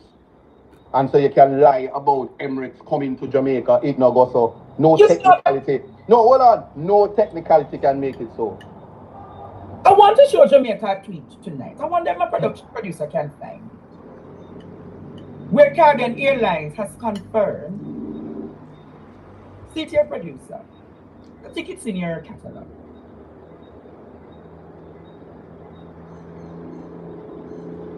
Are you aware tonight, Jamaica, that an Emirates official has denied the launch of any flights connecting to Dubai and Jamaica after Tourism Minister Edmund Bartlett announced the launch earlier this week?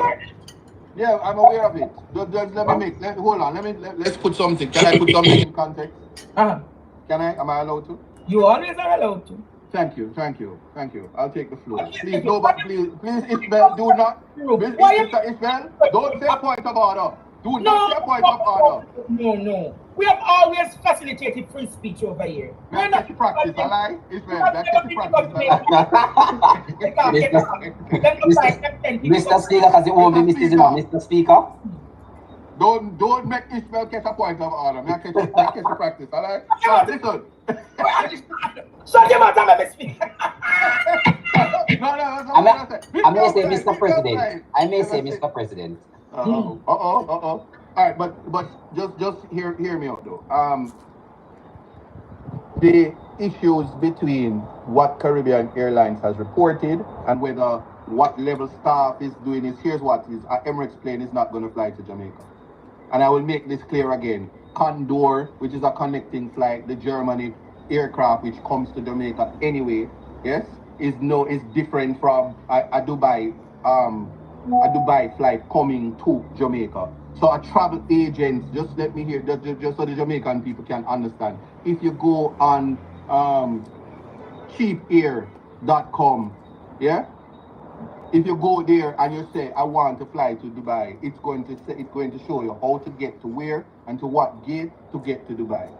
The tourism minister has all the best intentions in terms of opening up Jamaica. So more respectfully, it was very misleading. And the senator who ought to have known better, he gave tweets that it was a non-stop flight, a direct flight, and it wasn't, and it still isn't. There's no PR that can change how flights work.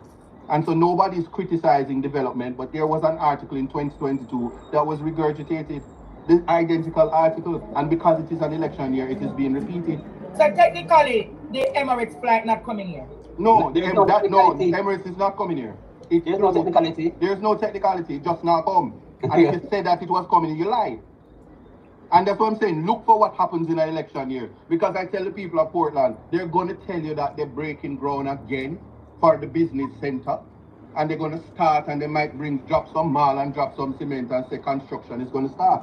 And they all of a sudden starting all of these projects, knowing that they have no intention to finish. And it's always trick and bamboozle with a plea, a crime plea that if you give me 5 more years, for me and my family, so that my family can be set. That's all they're asking for. That's what Operation Third Term is. Give us 5 more years to clear out the cookie jar. Nothing else. But the cookie jar empty, I mean. No, let me tell you something. And the Jamaican people must not forget this. Can we read the budget in as a simple thing, you know? When Julian Robinson make it clear and Mark Golden make it clear, say, he's going to give $500,000 to hard-working people as a grant, not a loan. You get $500,000 for put it. We are going to pay NHT so you can own a house and get a title with your name on it.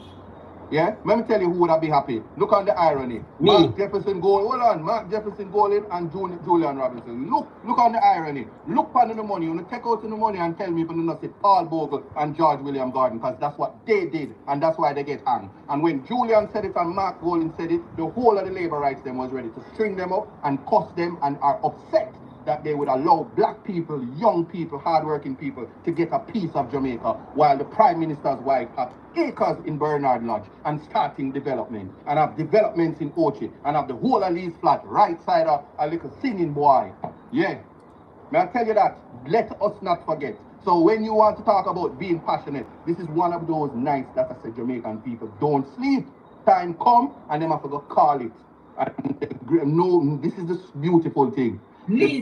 Hold on. Labor rights. Hold on, no? The labor rights can't wait. I don't think the labor rights them on the ground. I not talk about the internet people. They want it called so bad to embarrass them. Yeah? So me I say congrats to the PMP candidates from now, because let me tell you something. If you ever see when mango season come and the East Indian them ripe up. Mighty God. Jamaica go look. And that's all I have to say. But again, look at Mark Golden, look at Julian Robinson, and look at Paul Bogle and George William Gordon. That is what voting rights was about.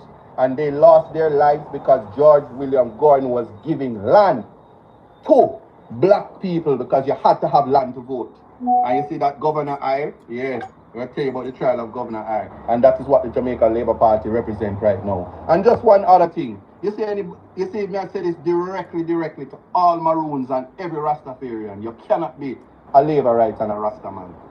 If you know your history, you should be embarrassed to have dreadlocks and saying that you're a Labour right. Embarrassing. Some milk. Mighty God.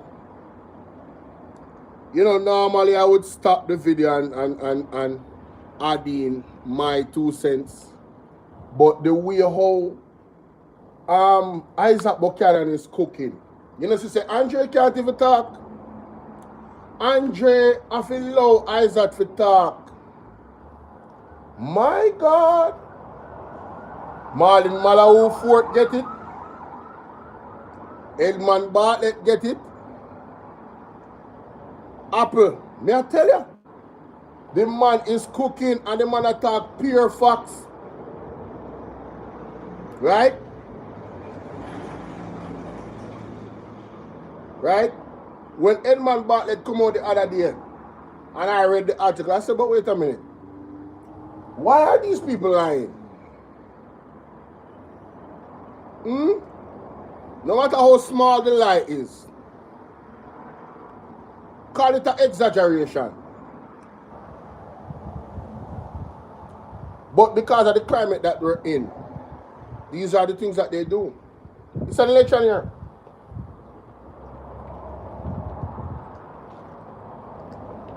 Alligator Pan and Cross Keys development plan by Dubai. Hoodlin Peter. I don't know what you're saying, but the 15th of September, people, I want to know if a countdown to the 15th of September. Last song, what's up, baby? I'm telling you, that's what they do best. I want you guys to count down to the 15th of September. You hear me? I tell you? Because that is when the government is what? Dissolved. If you don't take anything else from this video that I've done today, and this reaction of the program last night on Partner Jar TV, I want you to remember this, ladies and gentlemen. On September 15th, Andrew Owen's time as Prime Minister of Jamaica is done. Ended legally. Now you guys see why they were trying to speed up the process? of the constitutional reform. And this is my argument. For the people that says the PMP and the JLP is the same, this is my argument. If the PMP and the JLP was the same, ladies and gentlemen, Mark Golding would have run with it and given the JLP the green light to change the constitution in the manner in which they want to change it. If the PMP and the JLP was the same, Mark Golding would have gave them the right and not taken them to constitutional court to present the needs the way they presented it. If PMP and JLP was the same, Mark Golding and the PMP would have allowed the JLP to pass a bill, a gerrymandering bill, to make Portmore a parish under the way they wanted to do it, with the boundaries going across constitutional lines and changing the boundaries to fit them. You understand? And there's many other references I can go to where the People's National Party has taken the government to court. If the People's National Party was the same as the JLP, Mark Golding would not be supporting the Integrity Commission. He would be backing Andrew Holness, and they would have come to a conclusion of tearing down the Integrity Commission by law, because remember, you know, they are the ones that put the law in place. There's one party that has a problem with accountability, and there's another party that is championing accountability. If the PMP and the JLP was the same, ladies and gentlemen, the municipal corporations run by the PMP would not be cooperating with the Auditor General in the manner in which they're doing. I believe there's a couple of PMP municipalities that actually have given the Auditor General every single receipt and followed every single procedure 100%. As a matter of fact, there was an article that came out highlighting that they have done that and giving them kudos. Ladies and gentlemen, the individual that you're listening to talk right now is somebody that was of the opinion that PMP and JLP was the same. For years, I was of that opinion. And I'm telling you right now, there is a huge difference between the PMP and the JLP. I'll go a step further. You remember when the war started in Ukraine, and the students over there wanted to come home? What did Andrew say? We'll give you a loan. What did Mark do? Pay for it. And he never highlighted it. You know how people knew? Because there were vloggers out there that was highlighting the fact that Mark Golding did that. And it became viral. Virally known that Mark Golding just took care of it. Marky G just took care of it. Andrew Holness wanted to. You can imagine you have students in a country that is caught between a war between Russia and Ukraine.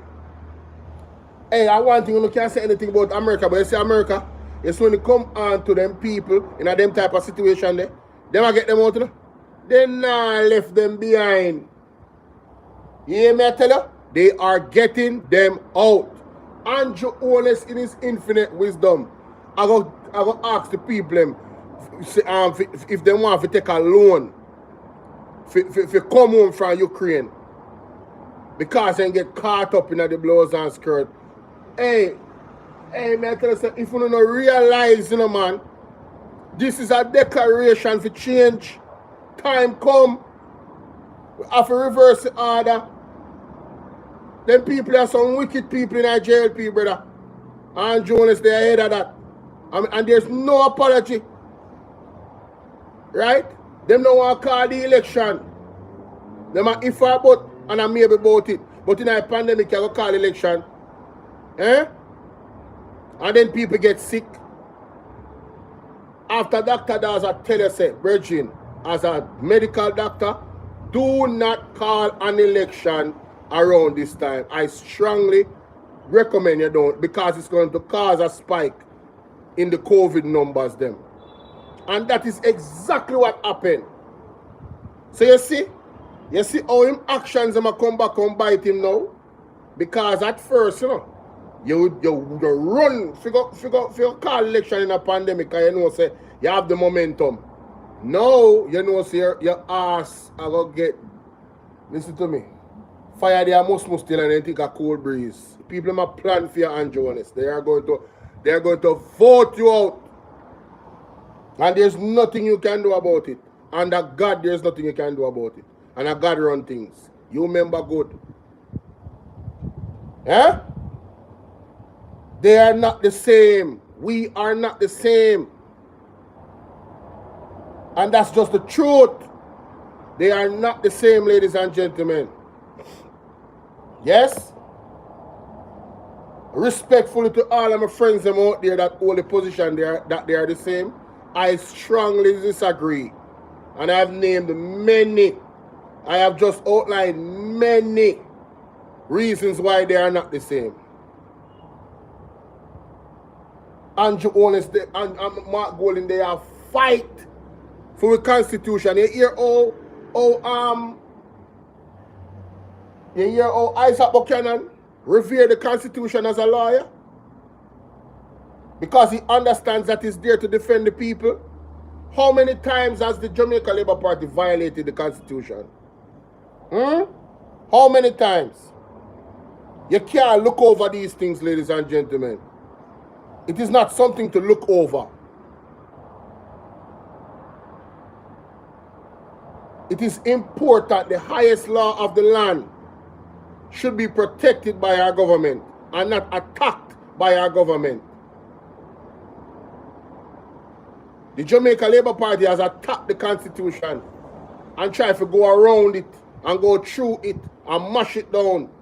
Several times they have done it. Whether they are incompetent or they are purposefully looking to tear down the Constitution, none of those things are good for persons in leadership. That means they are not qualified to be there. So it's time for them to lift up. You understand? So we can get some audit done and see who we get locked up. Yeah. Many times them violate it, man. Time come now, man. Let's continue, man.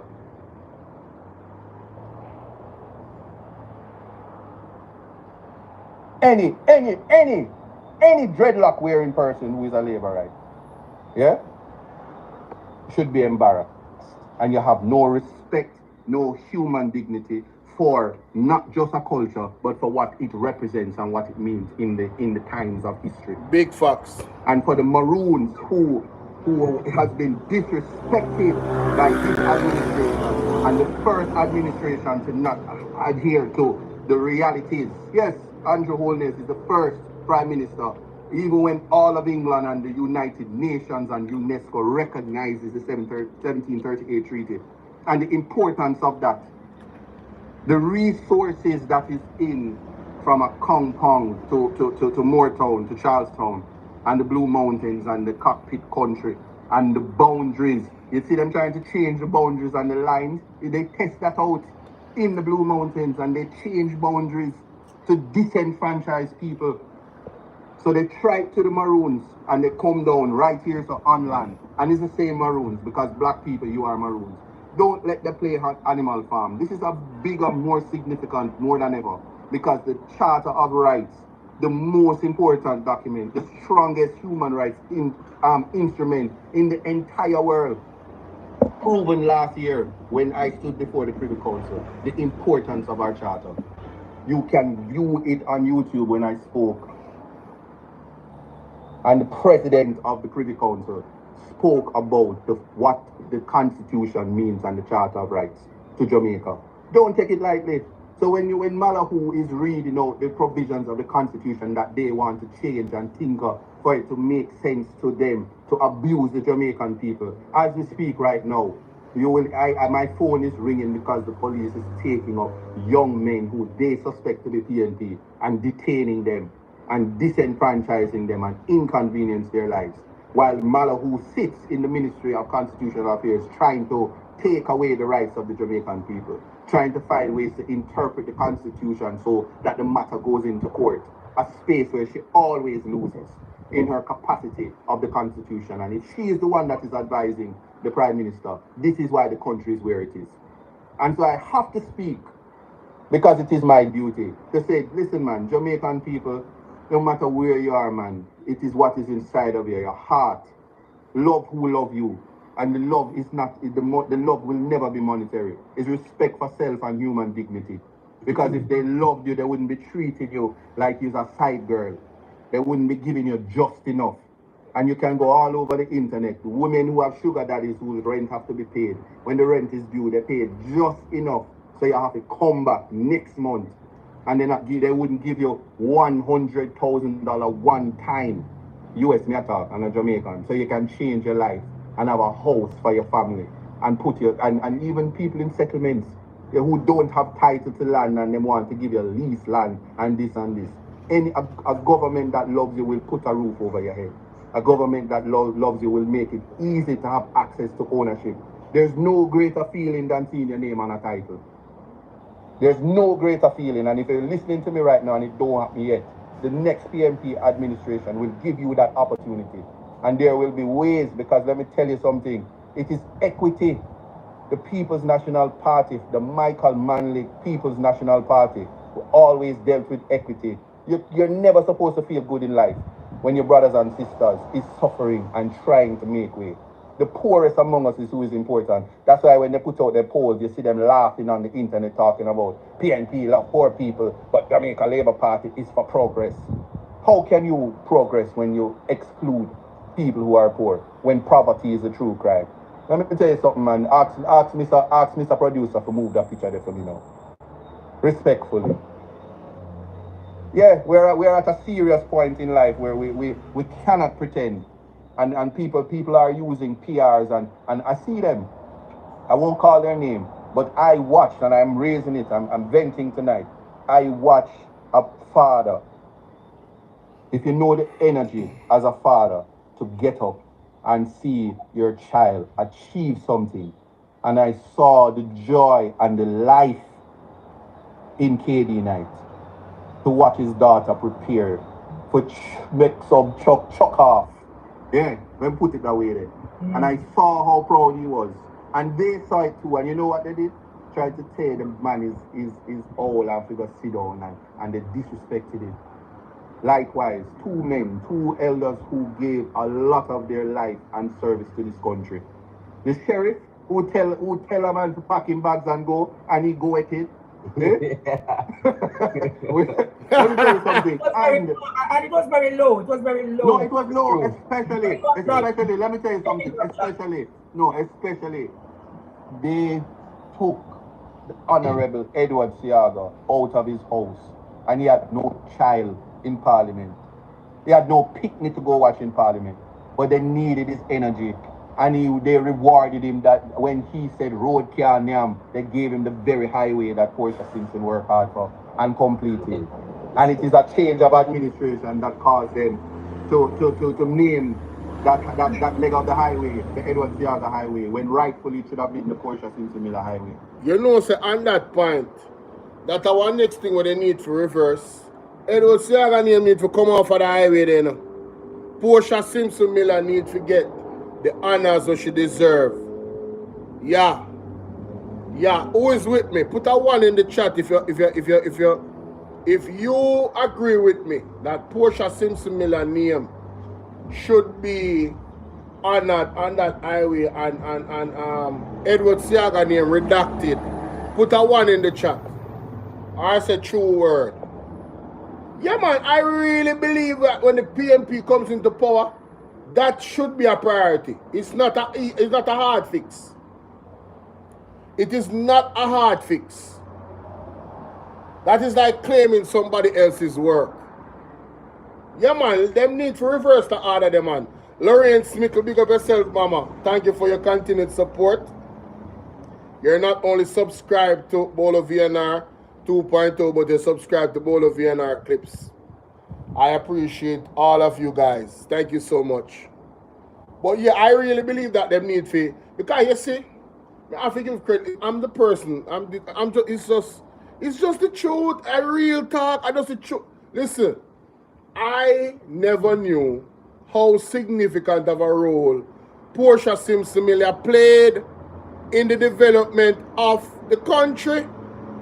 I genuinely never knew, because I was not following politics. I was not following politics, ladies and gentlemen. And I'm telling you that what Portia Simpson Miller did to actually rescue the economy from where it was, what the labor right them do, that in itself is a spit in the face of not only the Jamaican people. No man, PJ, I understand PJ. Listen, PJ work, I understood. But they used to tear down Mama P and make she sound like she dunce and she don't know what she had do. Them used to deal with her bad. DJ Jimmy, big up. Them used to deal with Mama P bad. Cadian, big up. Janet Monday, big up. Clive Powell, big up. Beverly Clark, big up. Richard Johnson, big up. K. Watson, Lawrence Mickle, big up. Clean pan TikTok, Sexy K. Thank you so much, Carly Cakes. Thank you so much for the gifts. Thank you, sweetie. My moderator, big up yourself. Right? Michelle, big up. I never knew how significant of a role Mama P did play in actually helping Jamaica to go back on course, right, to some type of development. I never knew. I honestly never knew. Them did make the lady look like she just did daft and fool. And then they make Omar, I think Omar Davis, or Omar Davis, one of the Minister of Finance, or Peter Phillips. Right? What is that person I say? KD and Peter. I don't know about that. But anyway, they used to deal with Mama P bad, man. They used to deal with Mama P bad, man, not lie. You understand? Omar Davis also, he got a lot of criticism in the political space in terms of in the street. Them used to talk terrible about Omar Davis. I would have thought that Omar Davis was a devil to all they used to talk about him. I just try to show you how much I was out of touch. I wasn't following no politics in that time like that. I know. But coming to learn now, when the facts have been presented to me, we have to call a spade a spade. You have to call Omar Davis one little genius. If we're being real, because of the stringent deal that the what do you call them? The IMF had with Portia Simpson and Omar Davis. What they had to follow, ladies and gentlemen, was like a 30% tariff, If you like, you understand? It was rough, but them still passed the test them. And not, moving from IMF not wanting to deal with Jamaica ever again because of the JLP, to Portia Simpson Miller fixing that relationship.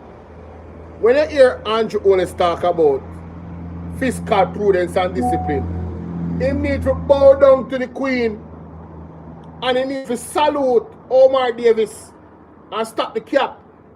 Because if it wasn't for them, we would not see back a relationship with the IMF.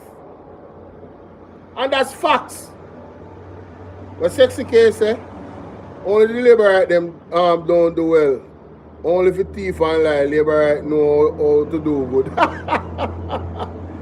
Yo, may I tell you say, it bad. It really bad. It bad for true. Let's continue. True. And I'm telling you that. And they would pretend. I see them talking about the strides that the Jamaica Labour Party has made in terms of inclusion of women, when with no respect for Portia Simpson Miller, who shattered glass ceilings that Hillary Clinton and Kamala Harris could not achieve. You hear that? And they want to downplay it.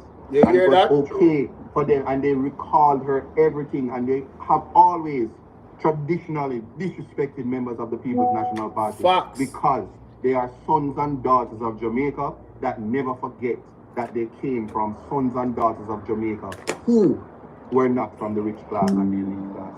Inclusion is what the people. All right, last some. Love you, baby. Be safe. That the PR has gone well outside. And that's what they did. They moved the political ombudsman into them office so that they can be disrespectful. But when you return the vitriol, everybody tell you, say you must resign.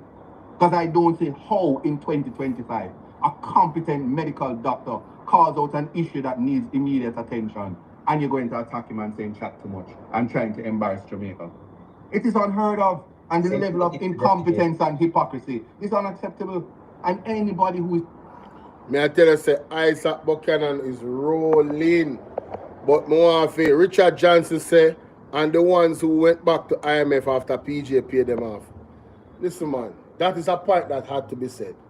Richard, thank you for reminding us of that. I remember it, but I didn't put it in there because I was talking about Portia. Yes! But the man said, yo, hey, we done with the IMF. We pay them off. We're good. And then run, go back. See? And to Mr. Isat Buchannan point, right? The gentleman, Jesse James Clark, that came out and talk about the coliform, the fecal coliform that's in the water, based off the test them from the same water commission. You, like your man said, how do you attack somebody like that? That's raising an alarm that can affect any one of us. Right? Any one of us can be affected. You're talking about water, you know. Everybody drink water, you know. Fecal coliform. Go and look it up. What is the dangers of fecal coliform? And look at the levels above the recommended amount. It was way over what? It was more than, I think it was at 23. And then when they treated it on the test, it went to 17. So it went 5 down. 17. That's 8 over 5. No, I'm lying. 17, no, my bad. That's 12% or 12 levels over the normal amount of fecal coliform that's supposed to be in the water. So why, like, I don't understand these people. Why would you attack Jesse James? How about doing an investigation? And if it's found out that Jesse James is lying, well, one, this is what you did. You showed Jamaica that you cared enough and investigated the situation. And after thorough investigation, you found out that Jesse James Clark is lying. Then you can ask for his resignation because he would be misleading the people of Jamaica and trying to cause some type of chaotic response from the people because it's election time. You could then make that argument, but your initial response need to be the care of the people. It need to be, yo, this is concerning. If this is true, then we need to get to the bottom of it and then we can deal with it afterwards. Whatever legal process, you know what I'm saying, and then put in proper infrastructure or legislation to find NWC or whatever the case might be to make sure those treatment plants are treated and cared for and manned properly with competent people that know what they're doing, right?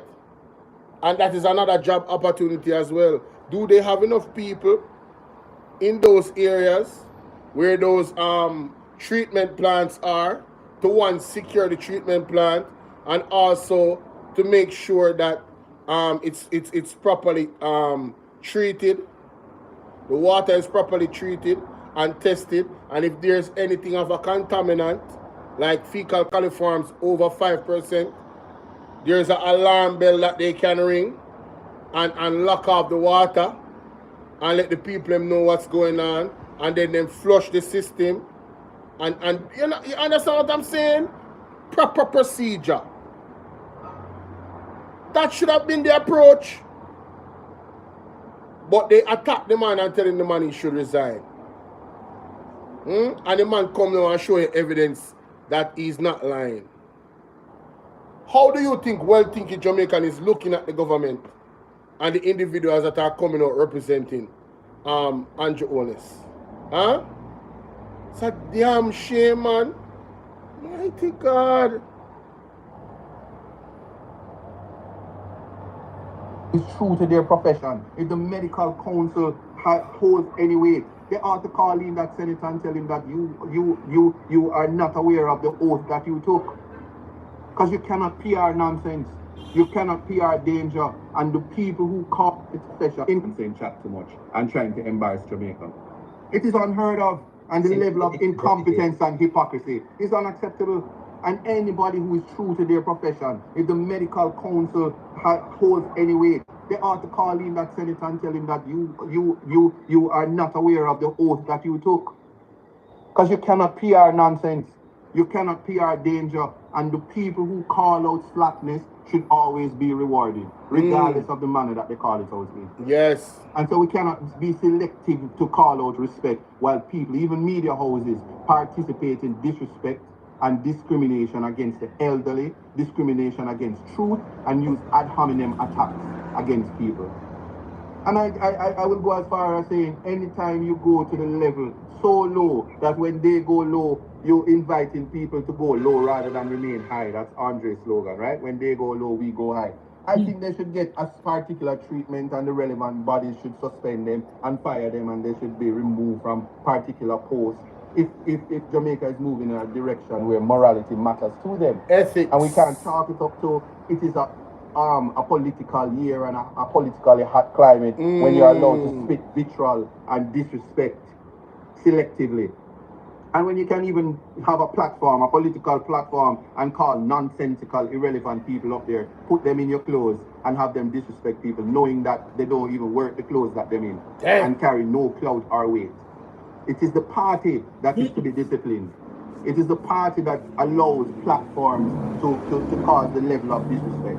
And I can tell you this, as much as I appreciate freedom of expression, there has to be a serious conversation about analyzing truth and using PR and smoke screens and ad hominem to deflect from the serious issues. Jamaica is in a bad place. Jamaicans are feeling it at the supermarkets, at the KFC, and you know KFC is dear to me, Andre. Ishmael, why are you in the dark? You know KFC is dear to me. On a Friday night, there was a time when I could buy a 6-piece. Those days are gone. Man, there is a little man. Those days are gone. I want Jamaica to see the little man talk about the 5,000 when go look at this Jamaica. Right, bro God, watch out. 5 pound of flour, 5 pound of rice, 1 last cup. Bro God, 3 tin mackerel, 1 bully beef, 3 tough crackers. See that? Done this. 3 of them to sit here. And 4 pound of meat, eat bro God. I want to buckle of oil, 5,000 that. But the bum buckler cannot come down now. Come down now, man. When I suffer, man. Bum buckler. What do you say if you do? Oh. Come down now. Again. Play it again, producer. Play it again. Play it again, producer. Play it again. We don't want to play it again. Make them run it on the other side. But, yo, listen, man. $5,000, 5 pound of flour, 5 pound of rice, 3 tough crackers, 3 mackerel, 4 pound of meat, and one small snack oil. $5,000 plus. Yeah, man. $6,000 could I buy way more than that when I did $6,000 for we minimum. We need a divine intervention. We're tired of the labor rights. We're tired of the green people. We have suffered. We can't take it no more. We need it. Help. Jesus Christ of Nazareth. Psalm 46. God is our refuge and strength. Is a liberator drum here. It's $5,000 out of the $15,000 minimum wage already now. I was just about to say that. 5,000. Me nah like Ishmael sharp on that one there. It's like Ishmael when me I watch it last night, it's like Ishmael take your word out of my mouth. That is $5,000 enough plus enough. That means it can be almost $6,000 or halfway there, you know. Of the $16,000, you know, a week, you know, for your minimum wage, you know. Ladies and gentlemen, £5 of rice, £5 of flour, 3 tough crackers, 3 mackerel, then 1 small something of oil, and £4 of meat. When you hear me say a while ago, how long you think that can last in your house for? 3 days, depending on how much people there live there. Maybe 2, £4 of meat. Him not even buy nothing out of market yet, like seasoning. And them something they expensive. Eh? Him not buy nothing yet. Him not buy nothing. Man spend $5,000 on grocery that he makes home in a shoebox. Hey, it's not normal. Listen, they want to play down things, you know, but I'm telling you, it is really bad. It's really, really bad. It's really, really bad. $1,000 already out of $15,000 minimum wage. $33,000 worth of grocery, Carly. Spin that, no? Spin that. There is nothing to spin, you know. Like I said, when the Prime Minister announced that... I'm not like food expensive in Jamaica with you. US dollar went up to 1. Trust me. And I got a loan. I got a loan. And I can tell you as a man that deals with the pound sterling regularly, 203 is a myth. It rarely, if ever, gets that high. And when it gets there, you know, goods go up, and when the dollar reduces the next day or the day after, the goods don't go down. Yep. It don't go down. So the US dollar, the pound, the Canadian money, it is what is regulating what inflation looks like. And we do know, if some of you weren't probably born, but if you remembered when Seaga had this country and they were pretending that the dollar was 6 to 1, and when the real value of the dollar went to 20 to 1, people were shocked. But it was the real value. So while the Bank of Jamaica can pump money into the economy or into the market to ensure that the dollar is stabilized, the true value of the dollar we really won't know until the administration changes and the reality sets in. I'm telling you that. And so they can continue to run the PR government, but they don't know what it is to do now. Now that they have a real crisis, we're back to square one, and again it is the People's National Party that will have to rescue Jamaica. So people can talk about what look good, but let me tell you something, nothing like a new car. Just ask the people them where Flavor tells you to buy one old Pro Box. The Duke work might are nice, but if inside the shops and all of these things not going wrong, especially if a $2,000 savings, that will not last. And so this patching and this Duke and everything, but the inside of Jamaica, which include the people, ox out. Yeah? The life is not right, we're not living good. That is the reality. And we cannot take that lightly. And so yes, my seniors are correct. So when Julian Robinson speaks and you hear Damian Crawford and you hear the analysis and the time and the mature consideration put into the direction led by Mark Golding, don't take it lightly. It is competence versus PR and dancing and gallivanting and gibberish. You know what I want to say to you? Go ahead. Somebody said this in the chat. Lady J loves Bolo. If them getting millions and it not enough. Just imagine someone getting $6,000 per week.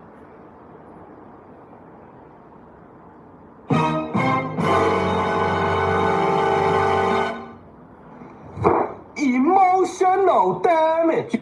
But just want to say this. But listening. Big up the government. Respect. But you see me? The truth is just the truth. I have to respect it. Our country now run right. Our country now run right. All who believe me, boss a black say blow. Country now run right, people. Devon McFarlane. Country now run right. Country now run right, K. Watson. Carly. Sorry. Country now run right. Country now run right, none at all. I know what Andrea going to say so. Andrea going to big up Isat Buchannan for his growth as a politician or as a servant of the people. The way how he spoke in this live stream is the reason why I seriously had to highlight it.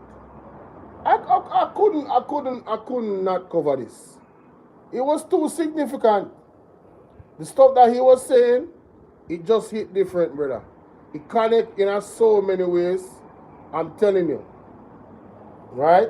Now, oh gosh, man. I want to find that video, you see? I want to find this video with Ibrahim Troy. And for those who are on TikTok, you need to follow me on Bolo VNR clips. And same thing for those here. Bolo VNR TB. Yeah, we need to get that to 1,000 subs. But anyway, Ibrahim Troy is doing so much for his people as a young leader in Africa. I've done many videos to really compare him with Andrew Holness and this leadership. And some people take offense. Some people say, oh, but you know how you have to compare them. That country has gold and oil and whatever. And I'm saying to them, do you guys realize that the country was not in control of its resources? That is the fundamental difference now. The country of Burkina Faso was not in control of its resources. You know who was in control of the resources? The colonizers. France. They were the one in control of the resources, ladies and gentlemen. All right? So, when you look at a video like this coming out of Burkina Faso, where Ibrahim Troy, look at this. Ibrahim Troy have trucks upon trucks upon trucks. Creators with all different type of equipment coming in to build infrastructure. Listen to this. Listen to this. Listen to this.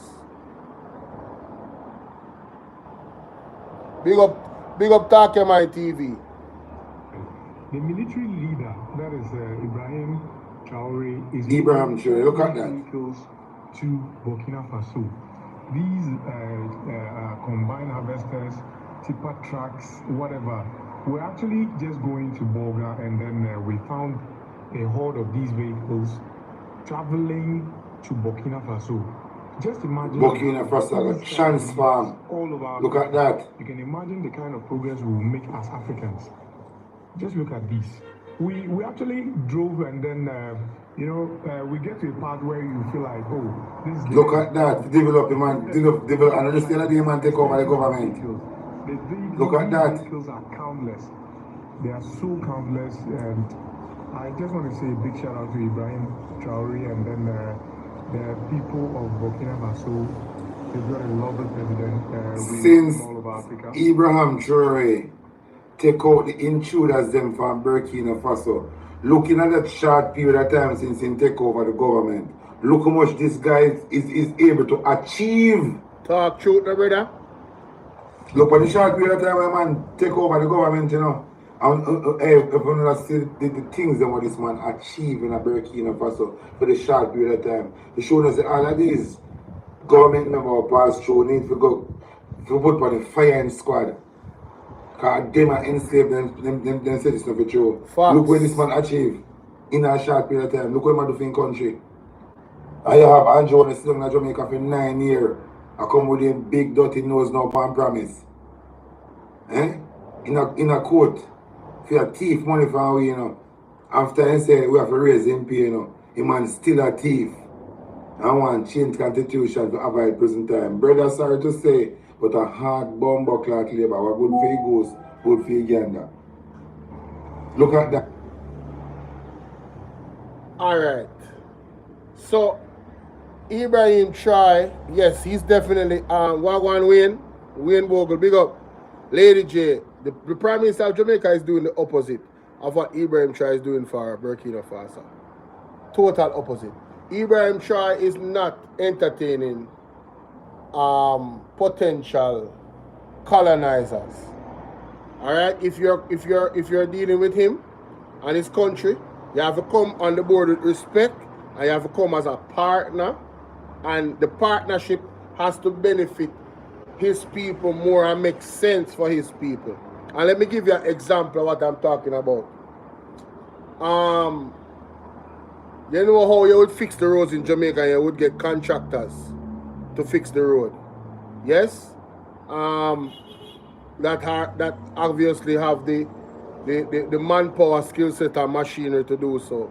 Well, Ibrahim Choi was trying to do the same thing for Burkina Faso, but it's like the contractors, them don't want to work together, right? Them have issues amongst each other. You know what Ibrahim Choi said? Apple James says she's watching from Trinidad and Tobago. Big up yourself, sweetie. Thanks for being here. Make sure so you share the content with as much as a TT friends them as possible. Zane, 1. So Ibrahim Choi said to the contractors, listen, we'll do it ourselves. If you guys cannot unite and come together to do this for the people of Burkina Faso, we're going to do it. The government of Burkina Faso is going to do it themselves. This man is not tolerating no nonsense. He's not tolerating any excuses. He's not offering himself or his government any excuses. The man is in the mode of, we have to get this done. Period. And we don't have much time. The man is a man on a mission, ladies and gentlemen. And it's so refreshing to see a young man. He's not even 37. He don't reach 37 yet. If I'm not mistaken, he's 35 or 36. One of the youngest African leader them. Let's just say he's not 40. I'm sure he's not 40. Alright? One of the youngest African leaders, and some people want to hold it against him that the way how he came into power was a coup that happened. And I don't hold it against him. And I want to tell you why. Because the individual that was in power at the time was tearing down the people of Burkina Faso. You understand? And even the soldiers were suffering because of it. So the soldiers them say, wait a minute. You understand the struggle. We thought we were going in a different direction. So them get rid of him. Now Jamaica is not there. Jamaica is not there, and I'm not encouraging it at all. You get me? But given that that's what happened, because Africa kind of different now, and some other places in Europe, those people will come to your house and they will tear down your palace door, and you have to go fly out in our helicopter and leave the country when them fed up on you. Yes, when you suffer the people, they are coming for you. Jamaica in the past had some rebellious people, but that spirit has died from Jamaica. I don't see it happening. Again, I'm not encouraging it. I'm just saying, I don't see that happening. Right? So, let us be diplomatic in Jamaica. We don't have to burn down nowhere. Let us do it the legal way. And as it stands, if we were to do it the wrong way, we would play into the government's hands. Because you hear Marlon Malawu for that talk about if there's a war. Well, if the people of Jamaica decide to burn down the streets, they can consider it a war, state of emergency, and postpone the elections for 1 more year. And under these stringent state of emergencies, right? The Prime Minister, let me play the audio.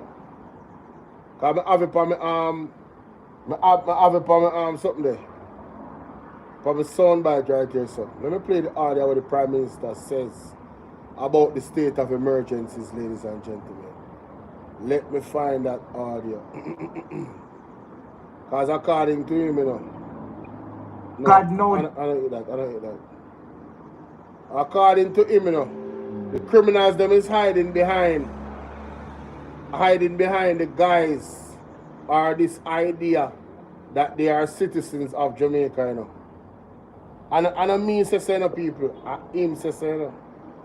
How am I label it as? No, I don't hit that. Damn, meet the judge, meet the maker. No, I don't hit that. Justice, no, I don't hit that. Damn, I can't believe I forgot it. Slave? Listen. No. Oh my God, I cannot believe where did I put that audio? Did I take it out? No, Virgin, something right. Well, anyway, what he said was, ladies and gentlemen, is that they have to use the SOEs expertly to fight criminals because the criminals are hiding behind this idea that they are citizens of the country. Yeah. That's what he said.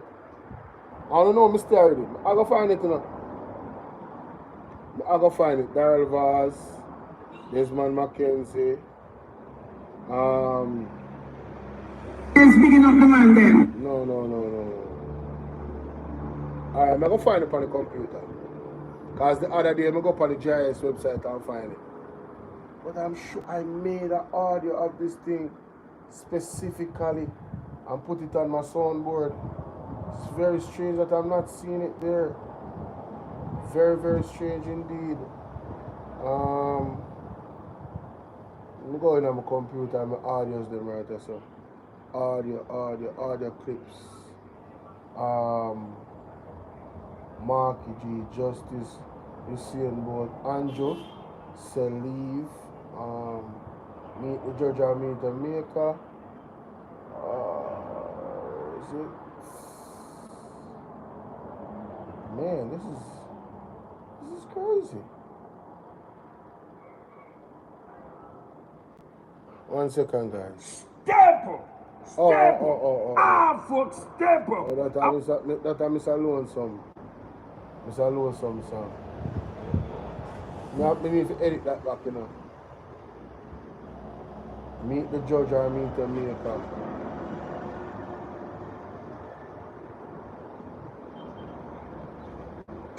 Dr. Mark Smith. That's not it. Anyway, let me just go to YouTube. The final say I don't have it on my thing right here, so I'm going to put it back. But let me go to YouTube real quick, guys. And let you guys hear from the horse's mouth. JIS. I think it's the 54-minute mark. Live stream. Oh, here it is. No, keynote speaker, Manchester Chamber of Commerce. No, that's not the one. It was before that. It was like a month ago. Keynote speaker. Talking about national security. Disabilities, blah, blah, blah, blah. Keynote to address national. Here we go. Let me share my screen because the people over here is not going to be able to hear it. Let me share my screen for my good people over here. All right. Okay. Bam. Right there. Boom, boom, boom, boom. 54-minute mark. Let me hear this.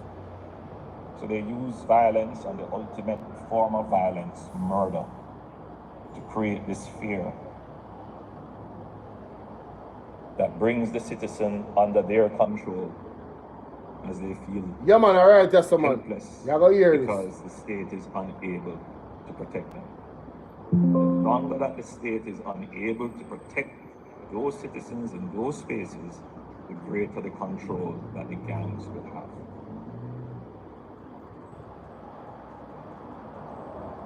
So, if we're going to make a change in Jamaica as it relates to the level of violence and murder, pay attention, guys.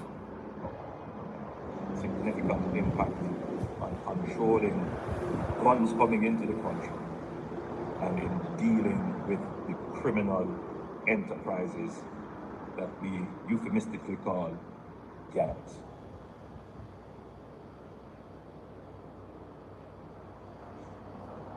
So,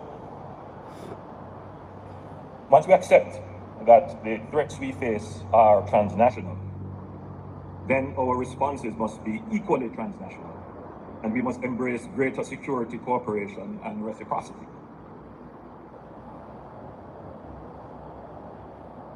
In some ways, we need an international cooperation similar to the global war on terrorism. Listen.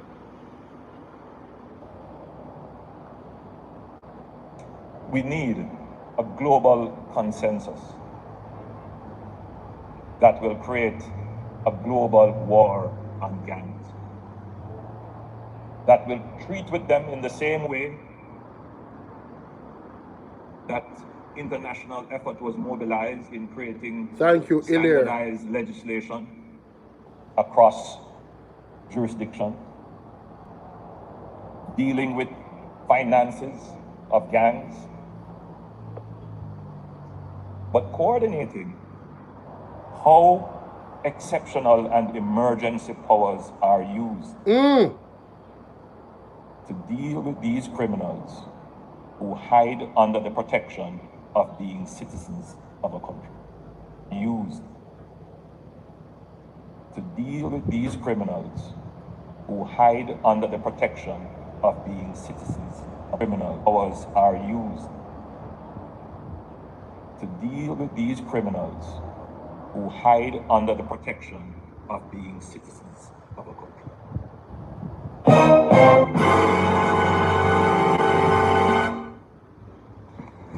Emotional damage.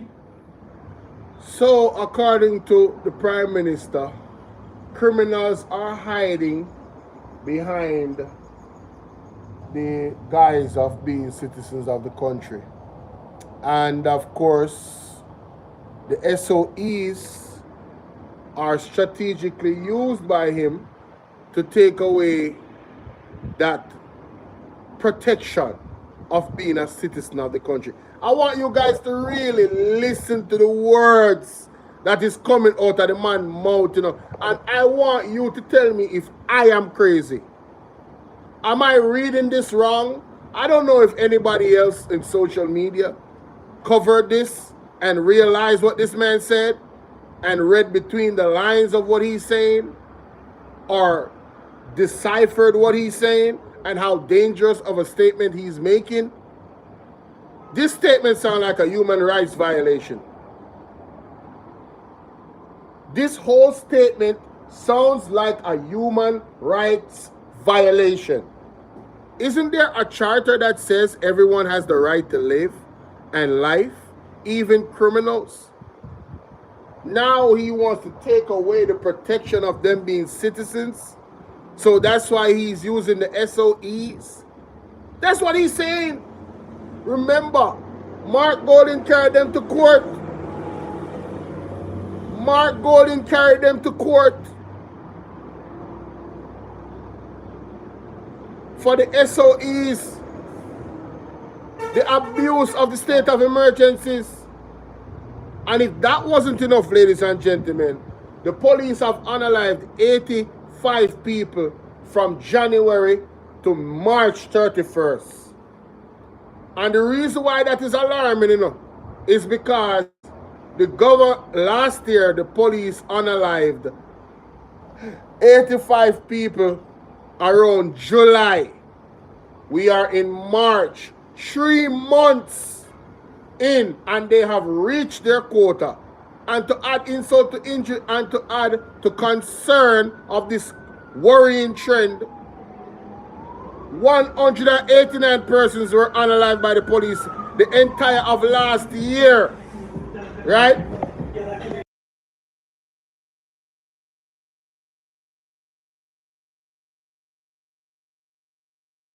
Sorry about that, the music, I had to nice out the music. If that wasn't bad enough, ladies and gentlemen, all of last year, the police unalived 189 people. Somewhere thereabout. It wasn't 200. And they're already almost on March 31st at a 100. So if we were to follow this trend and use it as an average of what's to come in an election year, ladies and gentlemen, 85 times 4 is what? Because the last time me checking up, January to March are 3 months, and there's 12 months in a year. So there's four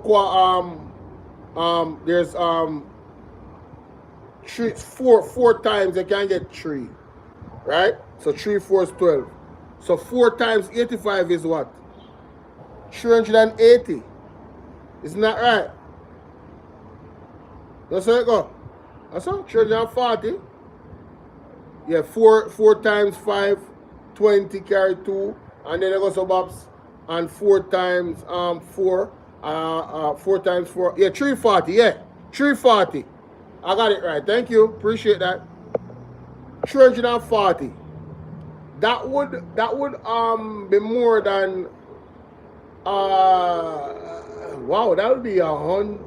Man, that's a lot, percentage-wise, of an increase in the amount of people that the police unalived.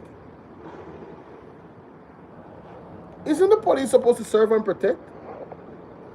But then when you remember this statement from the government officials, including Andrew Onis, who remember this statement?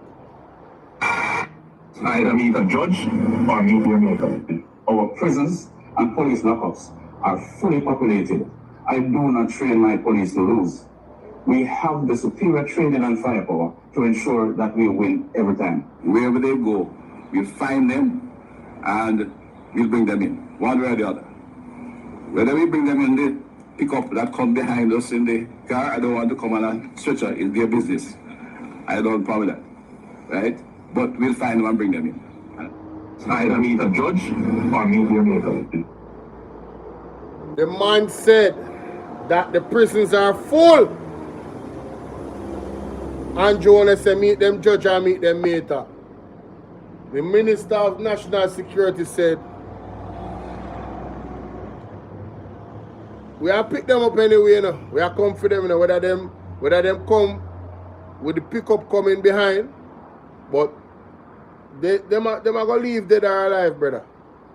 It is a statement that it has this aura of a disregard for the life of the criminals, as if they're not a human being as well.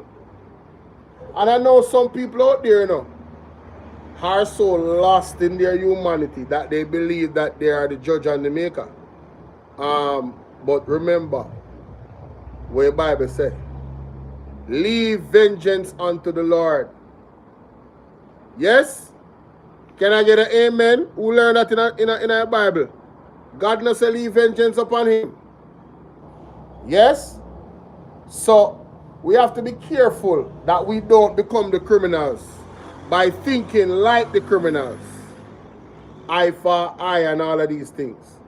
Yes?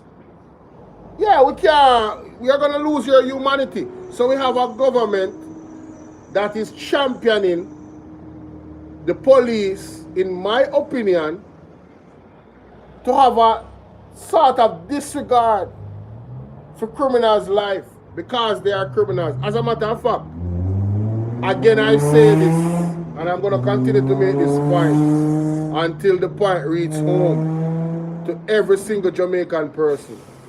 I am not against the police. I am not a criminal. Right? But I have a platform that I speak out against the government. Now, if the government is corrupt and the government decides to pin a criminal tag on me and send the police for me. Just like what?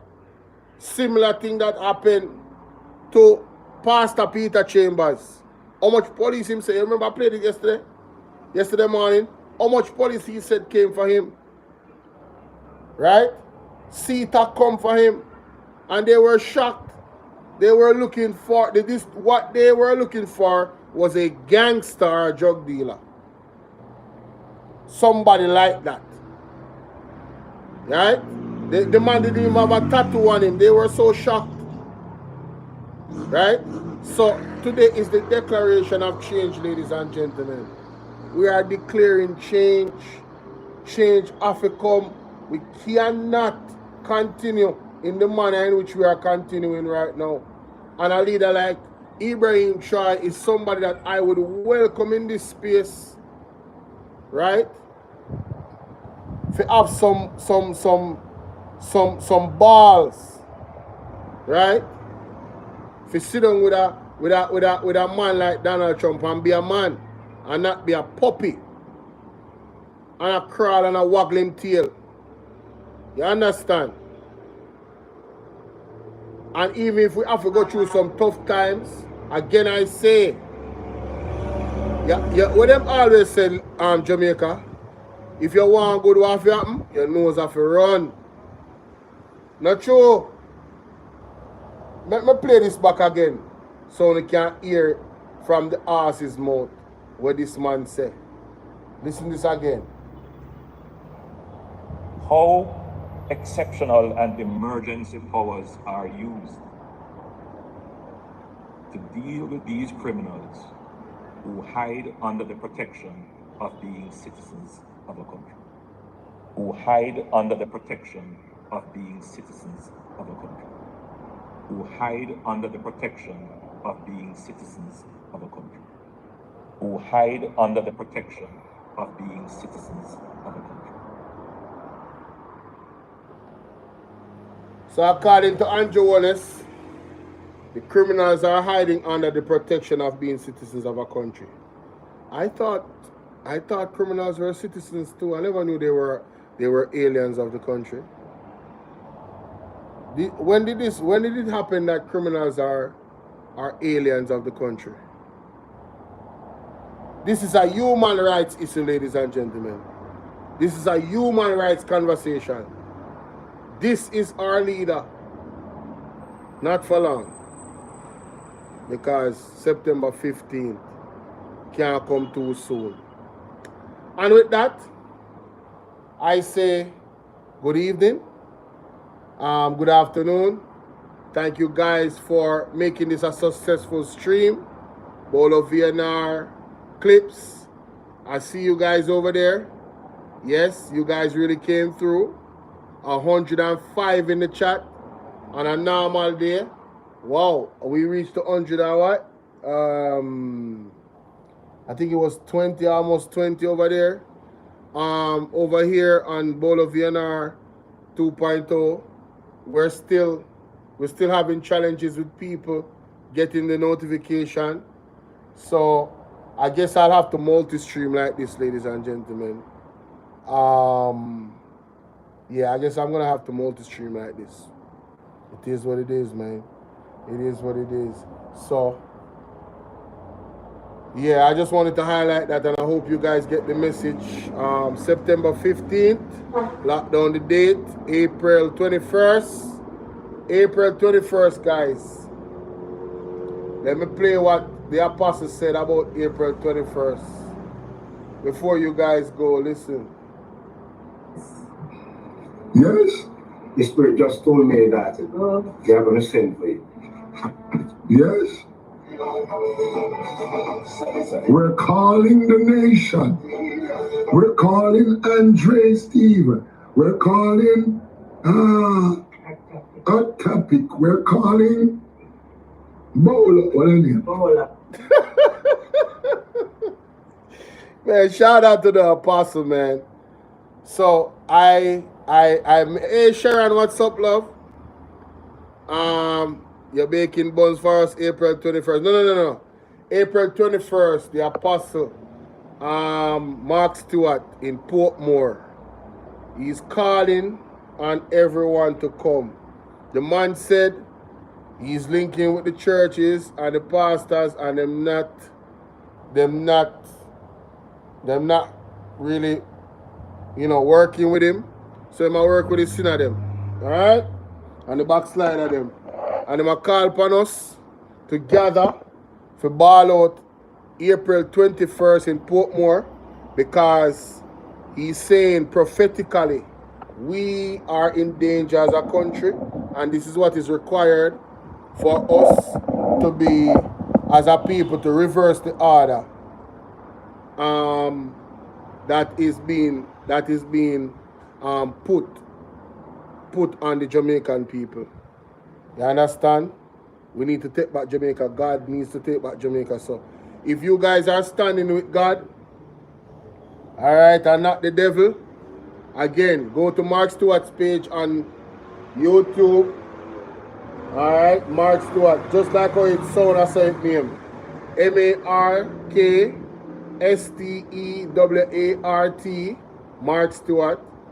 And the number to call for more details about April 21st, ladies and gentlemen, is 876-961-0191.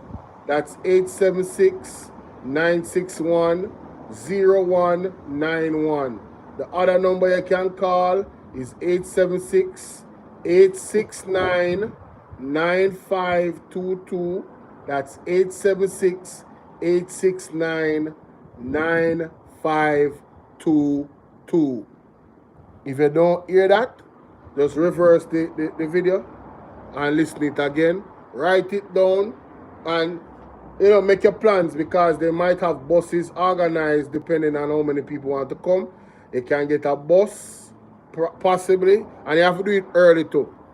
Right? The earlier the better. Do it now. If you plan on going and joining the ball out ceremony, April 21st in Portmore, right there, so those are the numbers to call to get the direct information from the ministry and from the minister and the apostle and their team. All right? That is it. Again, I want to thank you all. Thank you, beautiful people, for hitting the like button, sharing the content, supporting the platform through donations. You're the real MVP. May God bless you continuously. All right? Repeat the last one. Hold on. The last one, the number. Hold on, the Sharon. Let me get back your get back your mud stick. Give back some mud stick, The number, the last number is 876-869. So that's 876-869-9522. All right? 876-869-9522. All right? So, I didn't want to get fined, All right? So, make sure we follow the orders. All right? So, that is it, ladies and gentlemen. You have yourself a wonderful Saturday evening. And if I'm permitted to, I definitely, depending on what I have to do on the road, I definitely will be back with another live stream this evening. If you notice today, I have not posted any videos. I haven't posted no uploads. Yes, last night I was massively tired. Neru, how you doing? I was extremely tired last night. And so I opted to rest, and I didn't do any reactions. Because what I was going to do, I was going to react to do a reaction video around 30 minutes with Isat Buchannan. But, God knows best. And this has been a successful multi-stream. I'm on 3 different devices. I'm on my computer and 2 on my phones. And all in all, I had a lot of people over by Bolo in our clips. A few people on TikTok. And I'm still working on TikTok because I really don't understand TikTok. I don't know why I'm being restricted by TikTok. Every single stream I do. It doesn't matter what I'm doing, they restrict me. My live is not eligible for recommendation because it violates the fake engagement policy under our community guidelines issued on April 5th at 10:35. What do they mean by fake engagement? Carly, hello. One of the device them is a half-dead device, and the other two, this one, I use this a lot. This one I use this a lot, and the other one that you're actually seeing me on, I use it to make my thumbnails and stuff like that, and also go live when I'm doing a mobile live. This one is more personal. This one is more personal, and it's still business mostly. You understand? So I never leave this phone, no matter where I'm going. Mona Percy said, TikTok is going away today. What do you mean? What do you mean TikTok is going away today?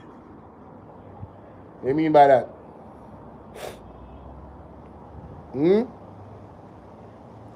And for the people that listen to the replays, guys, you guys need to schedule a day when you want me to do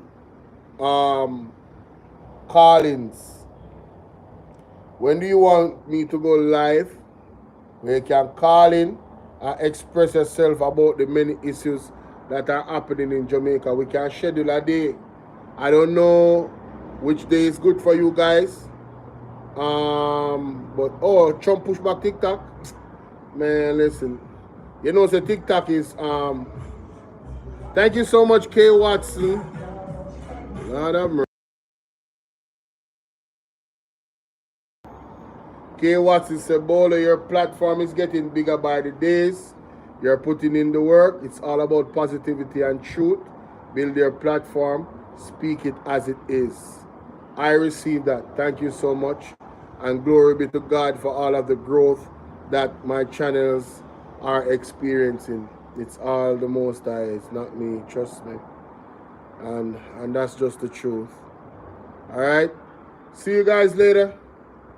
What is under my nose? I'm out. I never got that until like 2 months ago. When he said what is under my nose, I'm out. I never knew he was actually saying a mouth. What is under your mouth is a mouth. Like, bro. Vice Cartel is the genius, man. I'm just saying, he's really, really clever. See y'all later, man. I'm out. Thanks again, guys. Thanks again. Same thing to TikTok. The word is love. Bye, TikTok.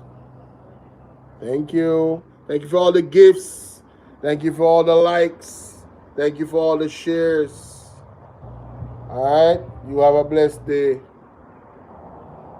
YouTube, Bolo 2.0. The word is love here.